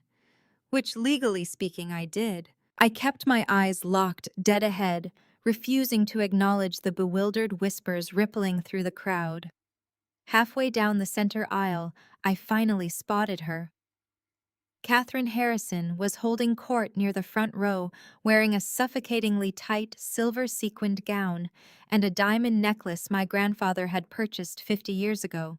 She was laughing theatrically at a joke, holding a crystal flute of champagne near her chest. As the crowd parted and I came into her direct line of sight, the laughter died in her throat. Her perfectly manicured face twisted into a mask of genuine horror. The delicate crystal stem of her champagne flute slipped right through her fingers. It hit the marble floor, shattering into 100 glittering pieces, the expensive liquid splashing across the hem of her designer gown. She did not even notice the mess. Her eyes were wide, completely fixated on my emerald suit and my newly shorn hair. For a second, she looked utterly paralyzed, unable to reconcile the commanding figure marching toward the stage with the broken, discarded daughter she thought she had successfully destroyed. Then her toxic instincts kicked in. Her face contorted with absolute fury. She pointed a trembling, diamond-encrusted finger directly at my chest and unleashed a shrill, piercing shriek that completely shattered the remaining silence in the massive ballroom. She demanded that someone seize me immediately. She screamed for the private security guards, hysterically declaring that I was a dangerous, delusional dropout who had violently broken into a private corporate event. She yelled to the bewildered crowd that I was having a severe psychotic break and needed to be removed by force before I hurt someone. Two massive private security guards, hired specifically by Spencer to ensure the evening went flawlessly, immediately lunged forward from the perimeter of the room. They moved with aggressive tactical precision, stepping directly into my path to physically block my advance toward the main stage. The taller guard reached out firmly, planting his massive hand squarely on my shoulder, explicitly stating that Spencer Harrison had left a specific photograph of me at the security desk, with strict, unyielding orders to deny entry to the unstable sister. I did not flinch. I did not raise my voice or attempt to physically fight back. I simply turned my head slightly, looking over my shoulder to the hotel general manager who had personally escorted me through the VIP entrance just moments prior. The manager, a sharply dressed man who knew exactly who held the commercial mortgage on his magnificent building, immediately stepped in front of the massive guards. He was visibly pale and sweating profusely, acting with the absolute authority of a man desperately trying to save his own career. The hotel manager barked a sharp, undeniable command. He ordered the private security team to immediately stand down and step back. He explicitly stated that I was the highest level VIP guest in the entire building and that any employee who attempted to lay a single finger on me would be instantly terminated and subjected to severe legal prosecution. The guards looked profoundly confused, glancing nervously between the furious Catherine Harrison and the terrified hotel manager. Ultimately, they recognized who actually signed their paychecks. They lowered their hands and quickly backed away, melting back into the shadows of the ballroom. Catherine let out a strangled gasp of pure outrage, her face turning an ugly shade of crimson, but I had already moved past her. I completely ignored my loud, screaming mother and stepped up to the secondary presentation podium, positioned directly below the main stage. The secondary podium controlled the master audio-visual feed for the entire ballroom. I set my sleek leather briefcase down on the polished surface and quickly snapped the brass locks open. I pulled out my encrypted flash drive, the small piece of metal containing the absolute destruction of my fraudulent family empire. Without a single ounce of hesitation, I plugged the drive directly into the primary USB port of the control console. The system recognized the encrypted drive instantly. I looked up at the main stage. Spencer was standing frozen behind the primary microphone, perfectly framed by the massive digital screen displaying his company logo. He was wearing a custom-tailored tuxedo, holding a sleek silver pen. A small table was positioned right next to him, where three severe-looking executives from the venture capital firm were sitting with a thick stack of acquisition contracts. Spencer looked like a deer caught in the headlights of an approaching freight train. I reached out to the audio mixing board and swiftly pulled down the master fader for his stage microphone, instantly cutting his audio feed to the entire room. I then pushed the slider for my own podium microphone all the way to the maximum limit. The high-quality speakers positioned around the massive ballroom let out a brief sharp hum as the audio channels switched over. I leaned forward, gripping the edges of the podium, and looked directly at the three venture capital executives sitting on the stage. My voice boomed through the silent, captivated room, echoing with crystal-clear authority. I spoke directly to the investors, my tone completely level and devoid of any emotional hysteria. I told them that before they signed that massive $20 million check, they urgently needed to know that the company they were buying was completely insolvent. A collective unified gasp echoed through the ballroom. The wealthy socialites and investors began whispering frantically, their eyes darting between my commanding presence at the podium and his increasingly terrified face on the main stage. The three venture capital executives immediately stopped smiling. The lead investor, a sharp woman with piercing gray eyes, slowly put down her silver pen and narrowed her gaze, looking directly at me with intense, calculating scrutiny. I had their complete, undivided attention. Spencer finally snapped out of his paralyzed state. He realized his entire fake life was rapidly evaporating right in front of the most wealthy and powerful people in the entire city. He dropped his useless microphone and lunged forward to the edge of the stage, his face twisted into a mask of desperate, forced amusement. He began laughing nervously, a hollow, echoing sound that completely failed to reach his panicked eyes. He quickly waved his hands dismissively toward the crowd, loudly shouting over the murmurs that I was just his deeply troubled sister. He desperately tried to spin the narrative loudly, claiming to the venture capitalists that I was currently having a severe mental episode. He begged the crowd to ignore my completely fabricated lies, stating that I was prone to dramatic attention, seeking outbursts, because I was intensely jealous of his professional success. He signaled frantically to his remaining security guards to come and physically remove me from the equipment console.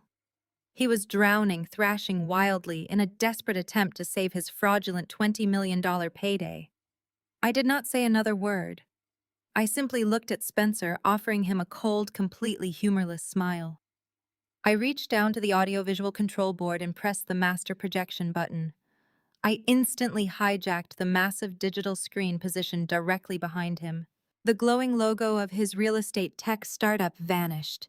In its place, the massive screen projected a crystal clear, high definition image of the digitally signed collateral agreement, exposing his devastating financial ruin.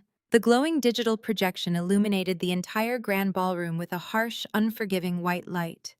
The massive screen displayed the unmistakable, heavily formatted legal header of Harrison Equity, followed immediately by Spencer's own biometric signature, permanently and undeniably stamping the bottom of the unassailable corporate lien. A collective gasp rippled through the vast sea of elite investors and wealthy Boston socialites. The silence that followed was absolute, heavy with the sudden, shocking realization of what they were actually witnessing. I stood at the secondary presentation podium, my posture perfectly rigid in my tailored emerald suit, and leaned directly into the microphone. My voice echoed across the cavernous room, sharp, authoritative, and completely devoid of any familial warmth. I addressed the three venture capital executives sitting frozen at the elegant signing table on the main stage. I informed them that it was my absolute corporate and ethical duty to prevent them from committing $20 million to a massively fraudulent transaction. I projected my words with absolute cutting clarity, explaining that Spencer Harrison did not own a single line of code, a single patent, or a single physical desk chair belonging to the real estate technology startup he was currently trying to sell them. I watched Spencer's face drain of all color, turning a sickly, translucent shade of gray, as I systematically dismantled his entire fabricated empire in front of his wealthiest peers. I detailed exactly how the ironclad corporate lien functioned, making sure every single investor in the room understood the sheer magnitude of his financial negligence. I explained to the captivated audience that exactly 3 days ago, Spencer had willingly and legally signed away 100% of his company's intellectual property, its physical assets, and its entire future revenue stream directly to my holding firm.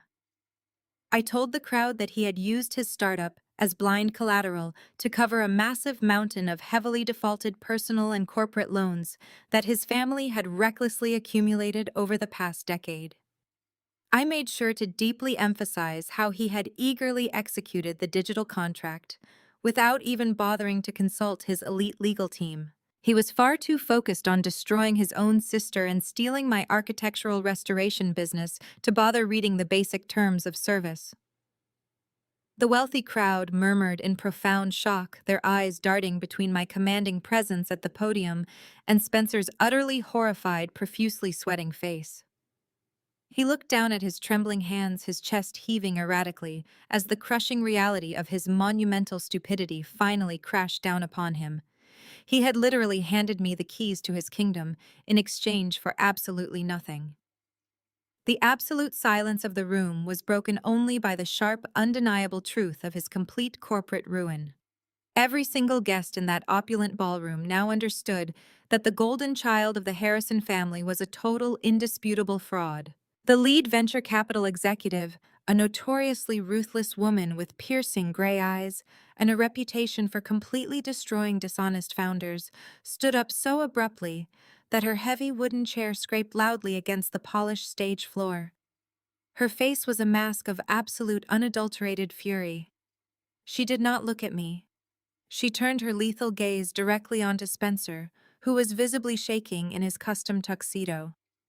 She asked him in a low, highly dangerous tone if the document projected on the massive screen behind him was authentic.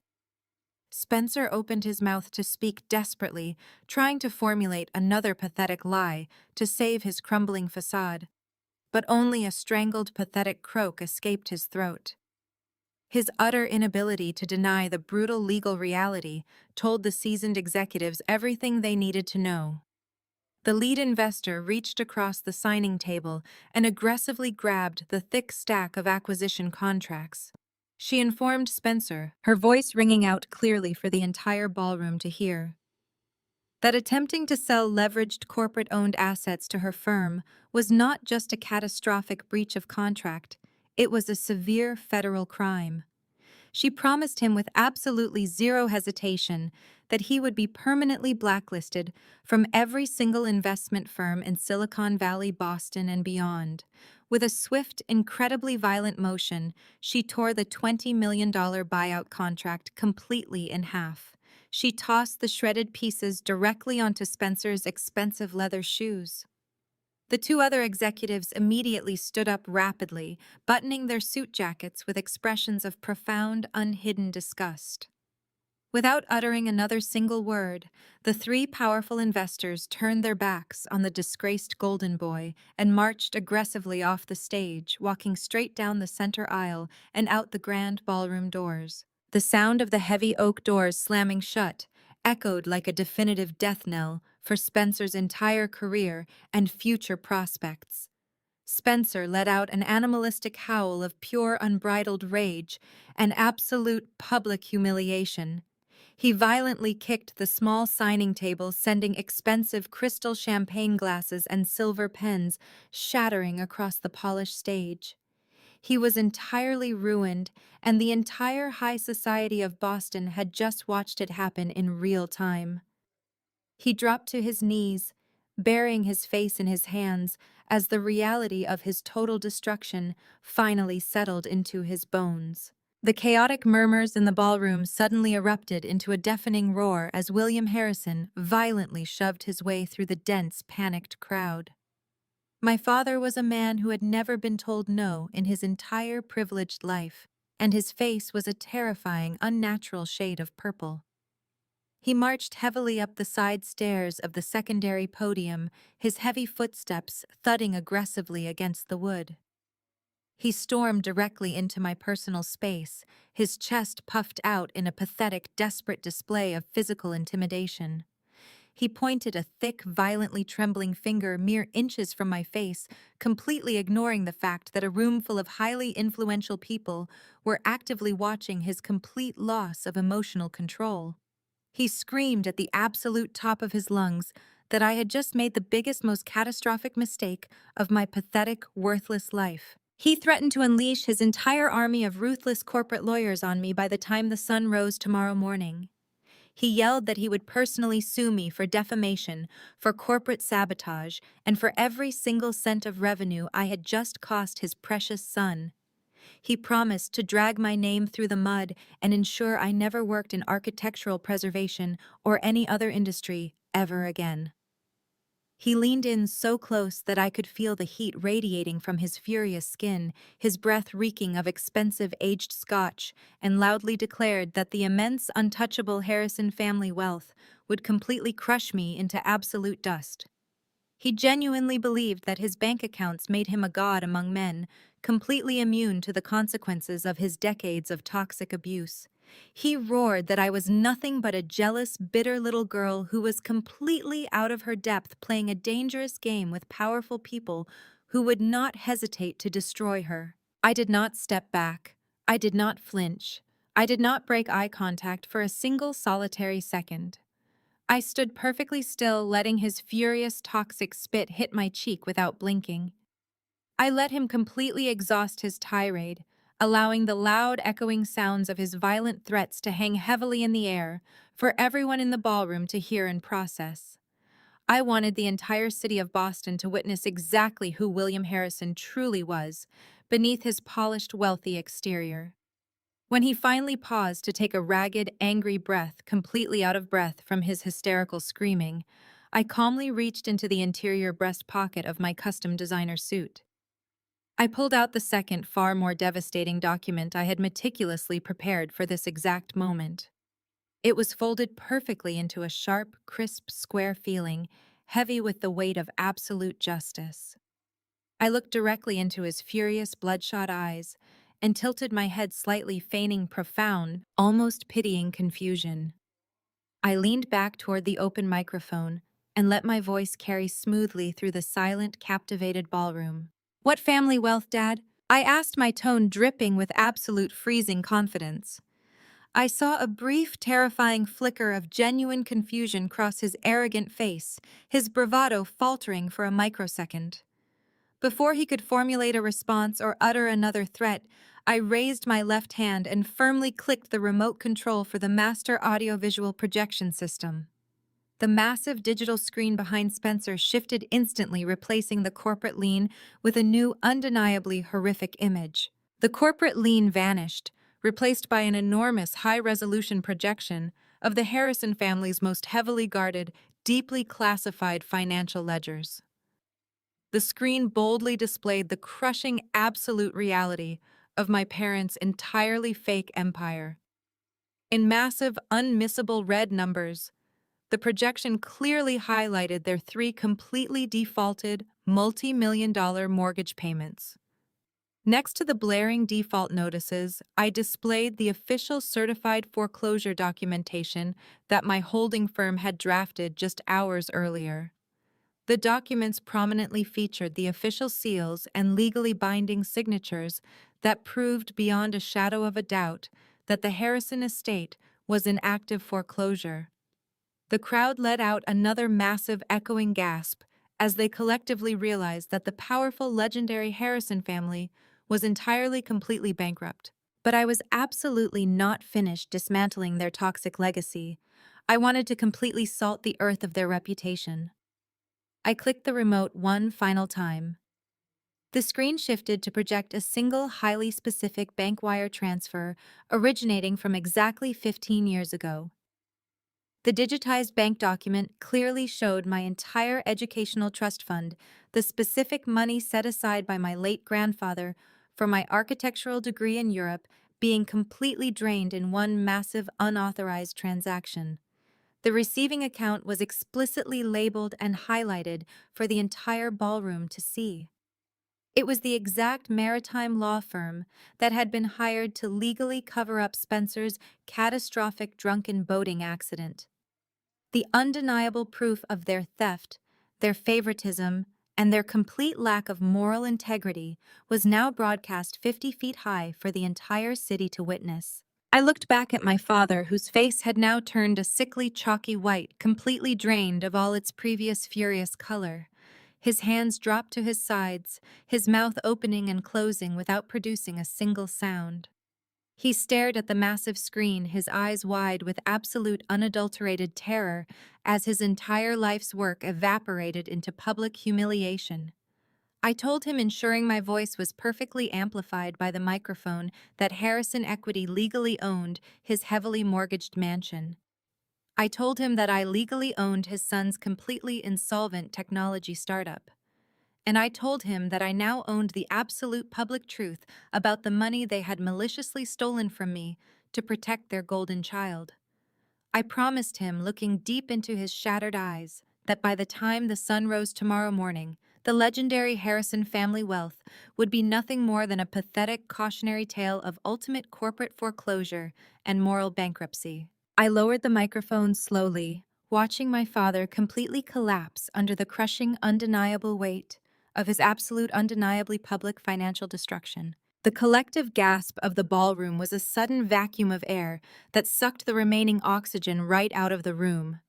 Hundreds of the powerful, influential figures in Boston high society stood absolutely paralyzed, their eyes glued to the massive digital projection displaying the Harrison family's grotesque financial ruin. The meticulously crafted facade of generational wealth, a carefully guarded illusion my parents had maintained for over 3 decades, shattered into a million irreparable pieces under the harsh, glaring light of the projection screen. The whispers began almost instantly. They started as low, shocked murmurs before rapidly escalating into a chaotic chorus of absolute disdain. Elderly dowagers who had sipped tea in my mother's parlor now stared at her with open, undisguised revulsion. Ruthless investment bankers who had blindly trusted my father's fabricated reputation immediately pulled out their phones, frantically texting their teams to sever all ties with the Harrison name. The social execution was swift, total, and completely merciless. The foundation of their elite status disintegrated instantly. I stood at the secondary podium, letting the crushing reality wash over the crowd. The microphone picked up my breathing as I surveyed the devastation I had meticulously engineered. I looked directly into the sea of bewildered, horrified faces. I knew these people. I had spent my entire childhood serving them appetizers fading into the wallpaper, while my mother paraded Spencer like a prize-winning thoroughbred. They had never bothered to learn my name. They had simply known me as the unfortunate, unremarkable shadow of the golden child. It was time to permanently correct their memories. I raised the microphone back to my lips, the sharp feedback silencing the chaotic whispers of the ballroom. I formally introduced myself to the entire assembly. I stated clearly and loudly that my name was Fiona Harrison, and I was no longer the discarded scapegoat of a bankrupt family. I announced with absolute unwavering authority that I was the sole chief executive officer of Harrison Equity, the primary holding firm that effectively owned every single asset my family falsely claimed as their own. The immense gravity of my newly declared title resonated deeply within the cavernous space, immediately commanding absolute respect from the very people who had previously ignored my entire existence. The announcement landed like a heavy physical blow against the stunned elite crowd. The sudden drastic shift in the power dynamic was palpable, a violent recalibration of everything they thought they knew about the Boston social hierarchy. I did not wait for them to process the information. I unclipped the microphone from the podium and let it drop onto the polished wood console with a definitive hollow thud. I grabbed the thick leather briefcase containing the certified legal documents and stepped away from the audiovisual controls. The crowd immediately parted before me, slicing open a wide, clear path straight toward my parents. They scrambled out of my way, as if catching the Harrison family bankruptcy might be contagious. My emerald green designer suit caught the light of the crystal chandeliers, transforming me into a walking embodiment of corporate retribution. I marched down the freshly cleared aisle, my stiletto heels clicking aggressively against the marble floor. I kept my eyes locked entirely on William and Catherine. They were standing near the front row, utterly paralyzed by the catastrophic unmasking of their fraudulent empire. As I closed the distance, the magnitude of their physical collapse became undeniably apparent. My father, a man who had spent his entire life bullying bank managers and intimidating local contractors, was visibly trembling. His broad shoulders were slumped, his expensive tuxedo jacket hanging loosely over his diminished frame. His face was a sickly ashen gray, slick with a cold, terrified sweat. He looked at me, not with the arrogant fury he had displayed just moments earlier, but with the profound, hollow panic of a cornered animal, realizing the trap had permanently snapped shut. Catherine was in an even worse state. She was clutching her ruined silver-sequined gown, her diamond rings digging fiercely into the delicate fabric. Her perfect aristocratic posture had completely dissolved. She was hyperventilating, her chest heaving erratically as her eyes darted frantically around the room, desperately searching for a single sympathetic face among her former high society peers. She found absolutely nothing but cold, judging stares. The elite circle she had worshipped her entire life was actively watching her burn, and they were enjoying the spectacle. I stopped exactly 2 feet in front of them. The air between us was electric thick with decades of suppressed resentment and the immediate undeniable reality of my absolute victory. I did not raise my voice. I did not need to. The entire ballroom was completely silent, hundreds of wealthy guests straining to witness the final execution of the Harrison legacy. I slowly unclasped my leather briefcase. The metallic click echoed loudly in the quiet space. I reached inside and retrieved the thick, professionally bound legal folder containing the finalized, legally binding foreclosure documents. The heavy paper felt incredibly substantial in my hands, a physical manifestation of justice long overdue. I held the folder out toward my father. He stared at the crisp white envelope as if it were a venomous snake preparing to strike.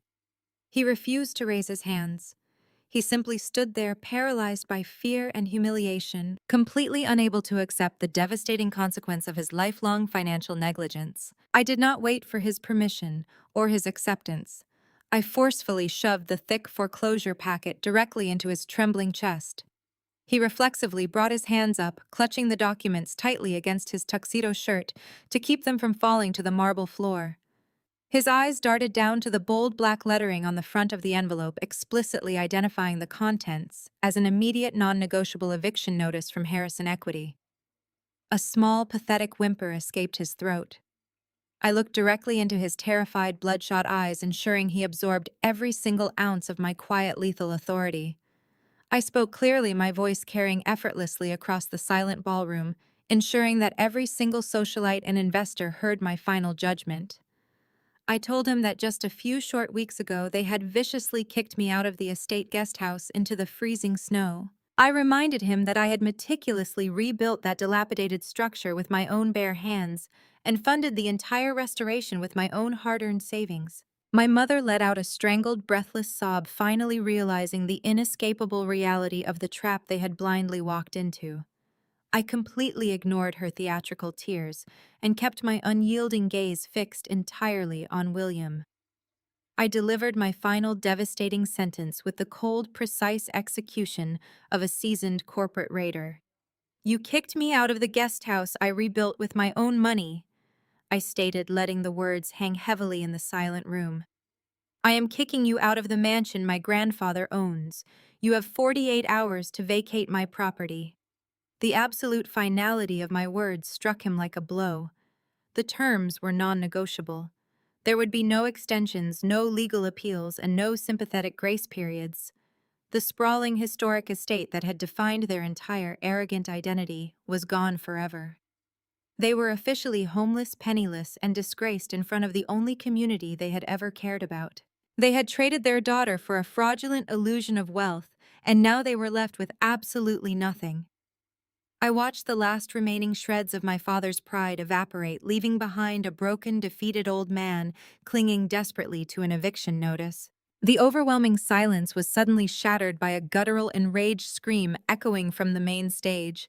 Spencer had been standing frozen near the shredded remains of his $20 million acquisition contract, watching his parents face complete destruction. The realization that I was the unseen architect behind his ruined startup, his collapsed buyout deal, and his family's total bankruptcy finally snapped his fragile, arrogant mind. The golden child could not comprehend the reality of his own catastrophic failure. His brain rejected the facts displayed on the massive screen, blaming me entirely for his own profound incompetence and blinding greed. He let out another animalistic roar, a terrifying sound born of pure, unadulterated humiliation and sudden violent malice. He jumped down blindly from the elevated stage, landing heavily on the cold, polished marble floor.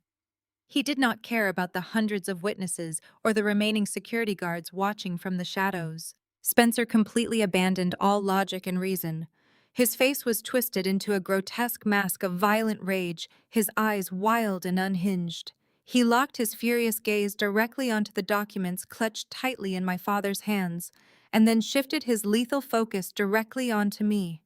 He lunged forward, sprinting across the marble floor with terrifying speed, fully intending to physically attack me and violently rip the certified foreclosure documents right out of my hands. Spencer moved with the uncoordinated momentum of a broken man, his hands curled into tight fists aiming for the legal folder against my chest.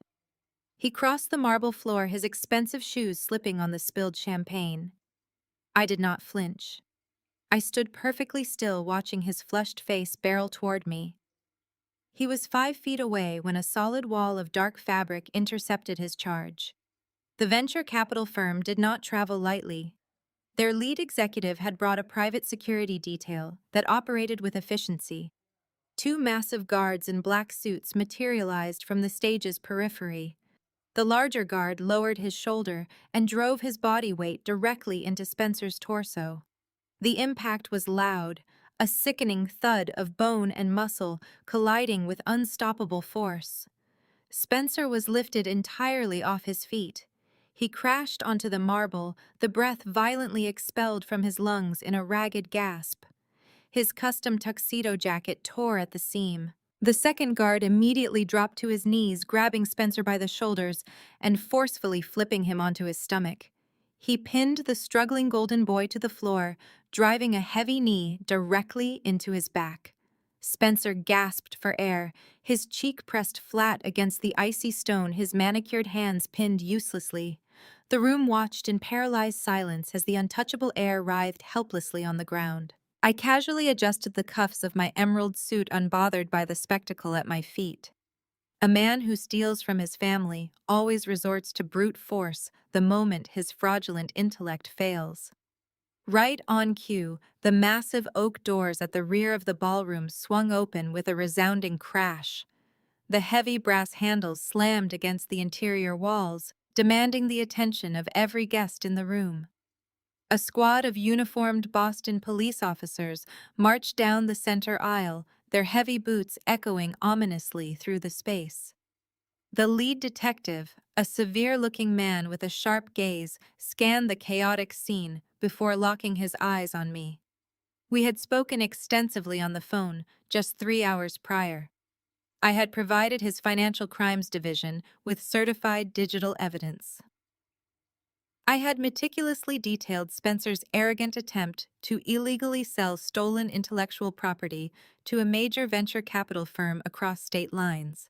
I had provided the exact wire transfer logs proving his intent to commit corporate wire fraud.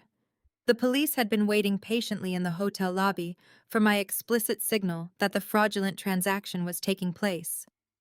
The detective approached the main stage, flanked by his imposing officers. The elite crowd shrank back, pressing themselves against the silk wallpaper to avoid eye contact. They recognized that the Harrison family was no longer just experiencing a severe social embarrassment. They were now the active center of a federal criminal investigation. The detective signaled to the private security guards, instructing them to step back. The guards immediately released their iron grip, allowing the uniformed officers to haul Spencer roughly to his feet. His custom tuxedo was severely crumpled, his expensive silk tie hanging askew around his neck. His face was smeared with dirt and spilled champagne. His eyes wide with a profound panic he had never experienced in his sheltered life. The detective grabbed Spencer by the wrist and swiftly twisted his arms behind his back. The sharp metallic click of heavy steel handcuffs ratcheting tightly around his wrists echoed through the silent ballroom. The sound was incredibly final, a definitive punctuation mark on a lifetime of unearned privilege. The detective began reciting the Miranda rights in a loud, commanding voice, informing Spencer that he had the right to remain silent, and warning him that anything he said would be actively used against him. Every single word struck the golden boy like a physical blow. The absolute humiliation of the moment was complete. The most powerful investors, politicians, and socialites in Boston were silently watching Spencer Harrison being treated like a common criminal. He tried to speak desperately, opening his mouth to formulate an excuse, but his vocal cords completely failed him. He simply hung his head, hot tears of absolute defeat streaming down his face, completely broken by the overwhelming reality of his arrest. He had tried to steal $20 million. Now he was going to prison. A piercing wail shattered the heavy silence. Catherine tore through the crowd, her silver-sequined gown catching the light as she sprinted toward the police officers. Her hair was a frantic mess, her diamond jewelry flashing wildly as she grabbed the lead detective by the arm. She was sobbing uncontrollably, abandoning her carefully cultivated aristocratic dignity. She shrieked that this was a mistake, a horrible misunderstanding that could be cleared up instantly. She begged the officers to unhand her precious son, screaming that he was a genius innovator who would never commit a crime. When the detective pushed her away, warning her to step back or face immediate arrest for obstruction of justice, Catherine spun around and lunged toward me. She dropped to her knees at my feet, her hands clutching the fabric of my pants. Her mascara was running down her cheeks in thick, dark streaks, transforming her into a pathetic, desperate stranger. She sobbed violently, looking up at me with wild, begging eyes. She pleaded with me to tell the authorities that this was just a simple family argument, She begged me to call off the police, promising that we could fix this entire situation privately. I looked down at the woman who had spent 33 years making me feel completely worthless. I looked at the mother who gladly sacrificed my future to fund her son's delusions. I reached down and detached her trembling fingers from my trousers. I smoothed the fabric, standing tall and looking directly into her weeping eyes. I am just protecting company property, I said, my voice projecting crisp and clear across the room. You understand, right? It is just business. Exactly 1 week after the devastating gala, a bitter January wind whipped across the sprawling lawns of the Harrison estate. The pristine white snow was scarred by the heavy tire tracks of a budget rental moving truck. The massive vehicle idled noisily in the center of the circular driveway, expelling thick clouds of gray exhaust into the freezing morning air. The grand historic mansion loomed behind it, its imposing brick facade indifferent to the monumental shift in power occurring on its front steps. The era of William and Catherine Harrison had irreversibly ended. They were no longer the untouchable royalty of Boston high society. They were simply two bankrupt squatters being legally evicted from a property they had criminally mismanaged for decades. I stood comfortably on the expansive porch, wrapped in a cashmere coat, the warm ceramic of a coffee mug resting between my palms. I watched the physical manifestation of their total destruction unfold with unwavering detachment. My father, a man who had not lifted an object heavier than a Scotch glass in 30 years, struggled to carry a battered cardboard box down the icy front steps. His face was a horrific shade of mottled red, his breath coming in ragged gasps. The custom-tailored suits and Italian loafers were gone, repossessed by aggressive creditors. He wore an old fleece jacket and scuffed boots entirely stripped of the artificial armor that defined his arrogant existence. His social network abandoned him the second news of Spencer's arrest hit the papers. The country club memberships were revoked, and his loyal friends refused his calls. He was a ghost in the city he once ruled. Catherine trailed behind him, dragging a cheap plastic trash bag filled with whatever meager belongings auditors allowed her to keep. Her face was pale and lined with the stress of absolute ruin. The diamond necklaces and sequined gowns had all been seized to satisfy the defaulted liens. She stumbled on the bottom step, dropping the plastic bag onto the pavement. Several cheap items spilled out, highlighting the depth of their impoverished reality. She did not bend down to retrieve them. Instead, she looked up at me, standing on the elevated porch. Her eyes were red-rimmed, filled with a pathetic mixture of exhaustion and lingering entitlement. She slowly walked toward the wooden stairs, clutching her thin coat tightly against the winter wind. She looked up at me, attempting to summon the same manipulative tears she had weaponized throughout my childhood. She began to sob, her voice shaking violently as she pleaded for a suspension of the eviction. She begged me to reconsider, crying that Spencer was sitting in a freezing jail cell awaiting federal prosecution, and they had absolutely nowhere else to go. She stretched her trembling hands toward me, insisting that we were still flesh and blood, relying on her favorite toxic excuse. She wailed that family is everything, and I could not possibly throw my parents into the street. I took a sip of my hot coffee. I looked down at the woman who had happily handed me over to the freezing cold just weeks prior. I felt absolutely no pity, no regret, and zero obligation to save her from the consequences of her own malicious greed. I lowered the ceramic mug and rested my hands on the freezing wooden railing. I looked directly into my mother's weeping eyes and delivered my final judgment. I matched the exact freezing tone she used on me during that horrific Christmas Eve dinner. I told her that she needed to learn absolute independence at some point. I stated that she was an adult and could not expect me to fund her destructive lifestyle. I held her gaze with terrifying coldness and instructed her not to be a burden. The shock of hearing her own venomous words, weaponized and reflected back at her, shattered her remaining composure. The manipulative tears instantly dried up, replaced by a look of sheer horror. She finally realized that the obedient daughter she abused was dead and gone. I was the architect of her destruction, building my fortress out of the stones they threw at me. William grabbed her arm, roughly pulling her away from the porch steps. He dragged his weeping wife toward the idling moving truck, finally accepting the brutal reality of their defeat. I watched in silence as they hauled their miserable boxes into the rusted vehicle. My father slammed the heavy door shut, the loud bang echoing across the snowy estate. The engine groaned as the truck lurched forward, disappearing entirely beyond the wrought iron gates. They were gone.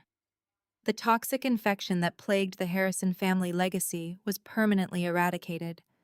I turned around and walked purposefully back inside the grand mansion. The oak doors clicked shut, sealing out the winter cold. The cavernous foyer was quiet, but it no longer felt oppressive. It felt expansive, open to a new era of absolute possibility. The sprawling estate was no longer a monument to my parents' vanity. It was now the official headquarters for my elite architectural restoration firm. I walked down the hallway, my footsteps echoing with authority. I entered the study, a room my father claimed as his throne room for decades. It was now my office. In the center of the room sat my grandfather's original antique mahogany desk. I walked over and sat down in the high-backed leather executive chair. The seat felt perfectly tailored to my posture. I reached out and rested my fingertips on the smooth wood. Right in the very center of the pristine surface sat the heavy matte black titanium corporate card, a flawless symbol of my absolute unrivaled financial dominance. I traced the raised metallic numbers with my index finger, a genuine smile spreading across my face. The people who violently threw me away were driving into a future filled with absolute nothingness. I had methodically reclaimed the empire I had always rightfully deserved, and I was finally just getting started. The destruction of the Harrison legacy was not an act of unprovoked vengeance. It was the natural, inevitable consequence of decades of narcissistic delusion and toxic entitlement. For my entire life, my parents and my brother operated under the dangerous assumption that blood was a binding contract for endless abuse. They believed that the word family was an impenetrable shield that could easily deflect any accountability for their financial crimes and emotional cruelty. They were fundamentally and catastrophically wrong. True power does not come from a stolen trust fund, a heavily mortgaged mansion, or an inherited last name. It comes from the quiet, relentless pursuit of absolute personal and financial independence. While my family wasted their energy maintaining a pathetic illusion of high society superiority, I spent my years laying an unshakable concrete foundation for my own empire. They severely underestimated the quiet daughter, entirely mistaking my forced silence for permanent submission. If you take anything away from my family's very public downfall, let it be this undeniable fact. You owe absolutely nothing to the people who actively scheme to diminish your worth. Loyalty must be earned through mutual respect, not demanded through emotional manipulation. You have every right to legally and emotionally protect your peace, your assets, and your future from those who view you merely as collateral damage for their own survival. When you stop seeking the approval of toxic people and start building your own unassailable reality, you strip them of their only weapon. Share your own story of setting firm boundaries with toxic relatives in the comments below to help others realize they are not alone in their struggles.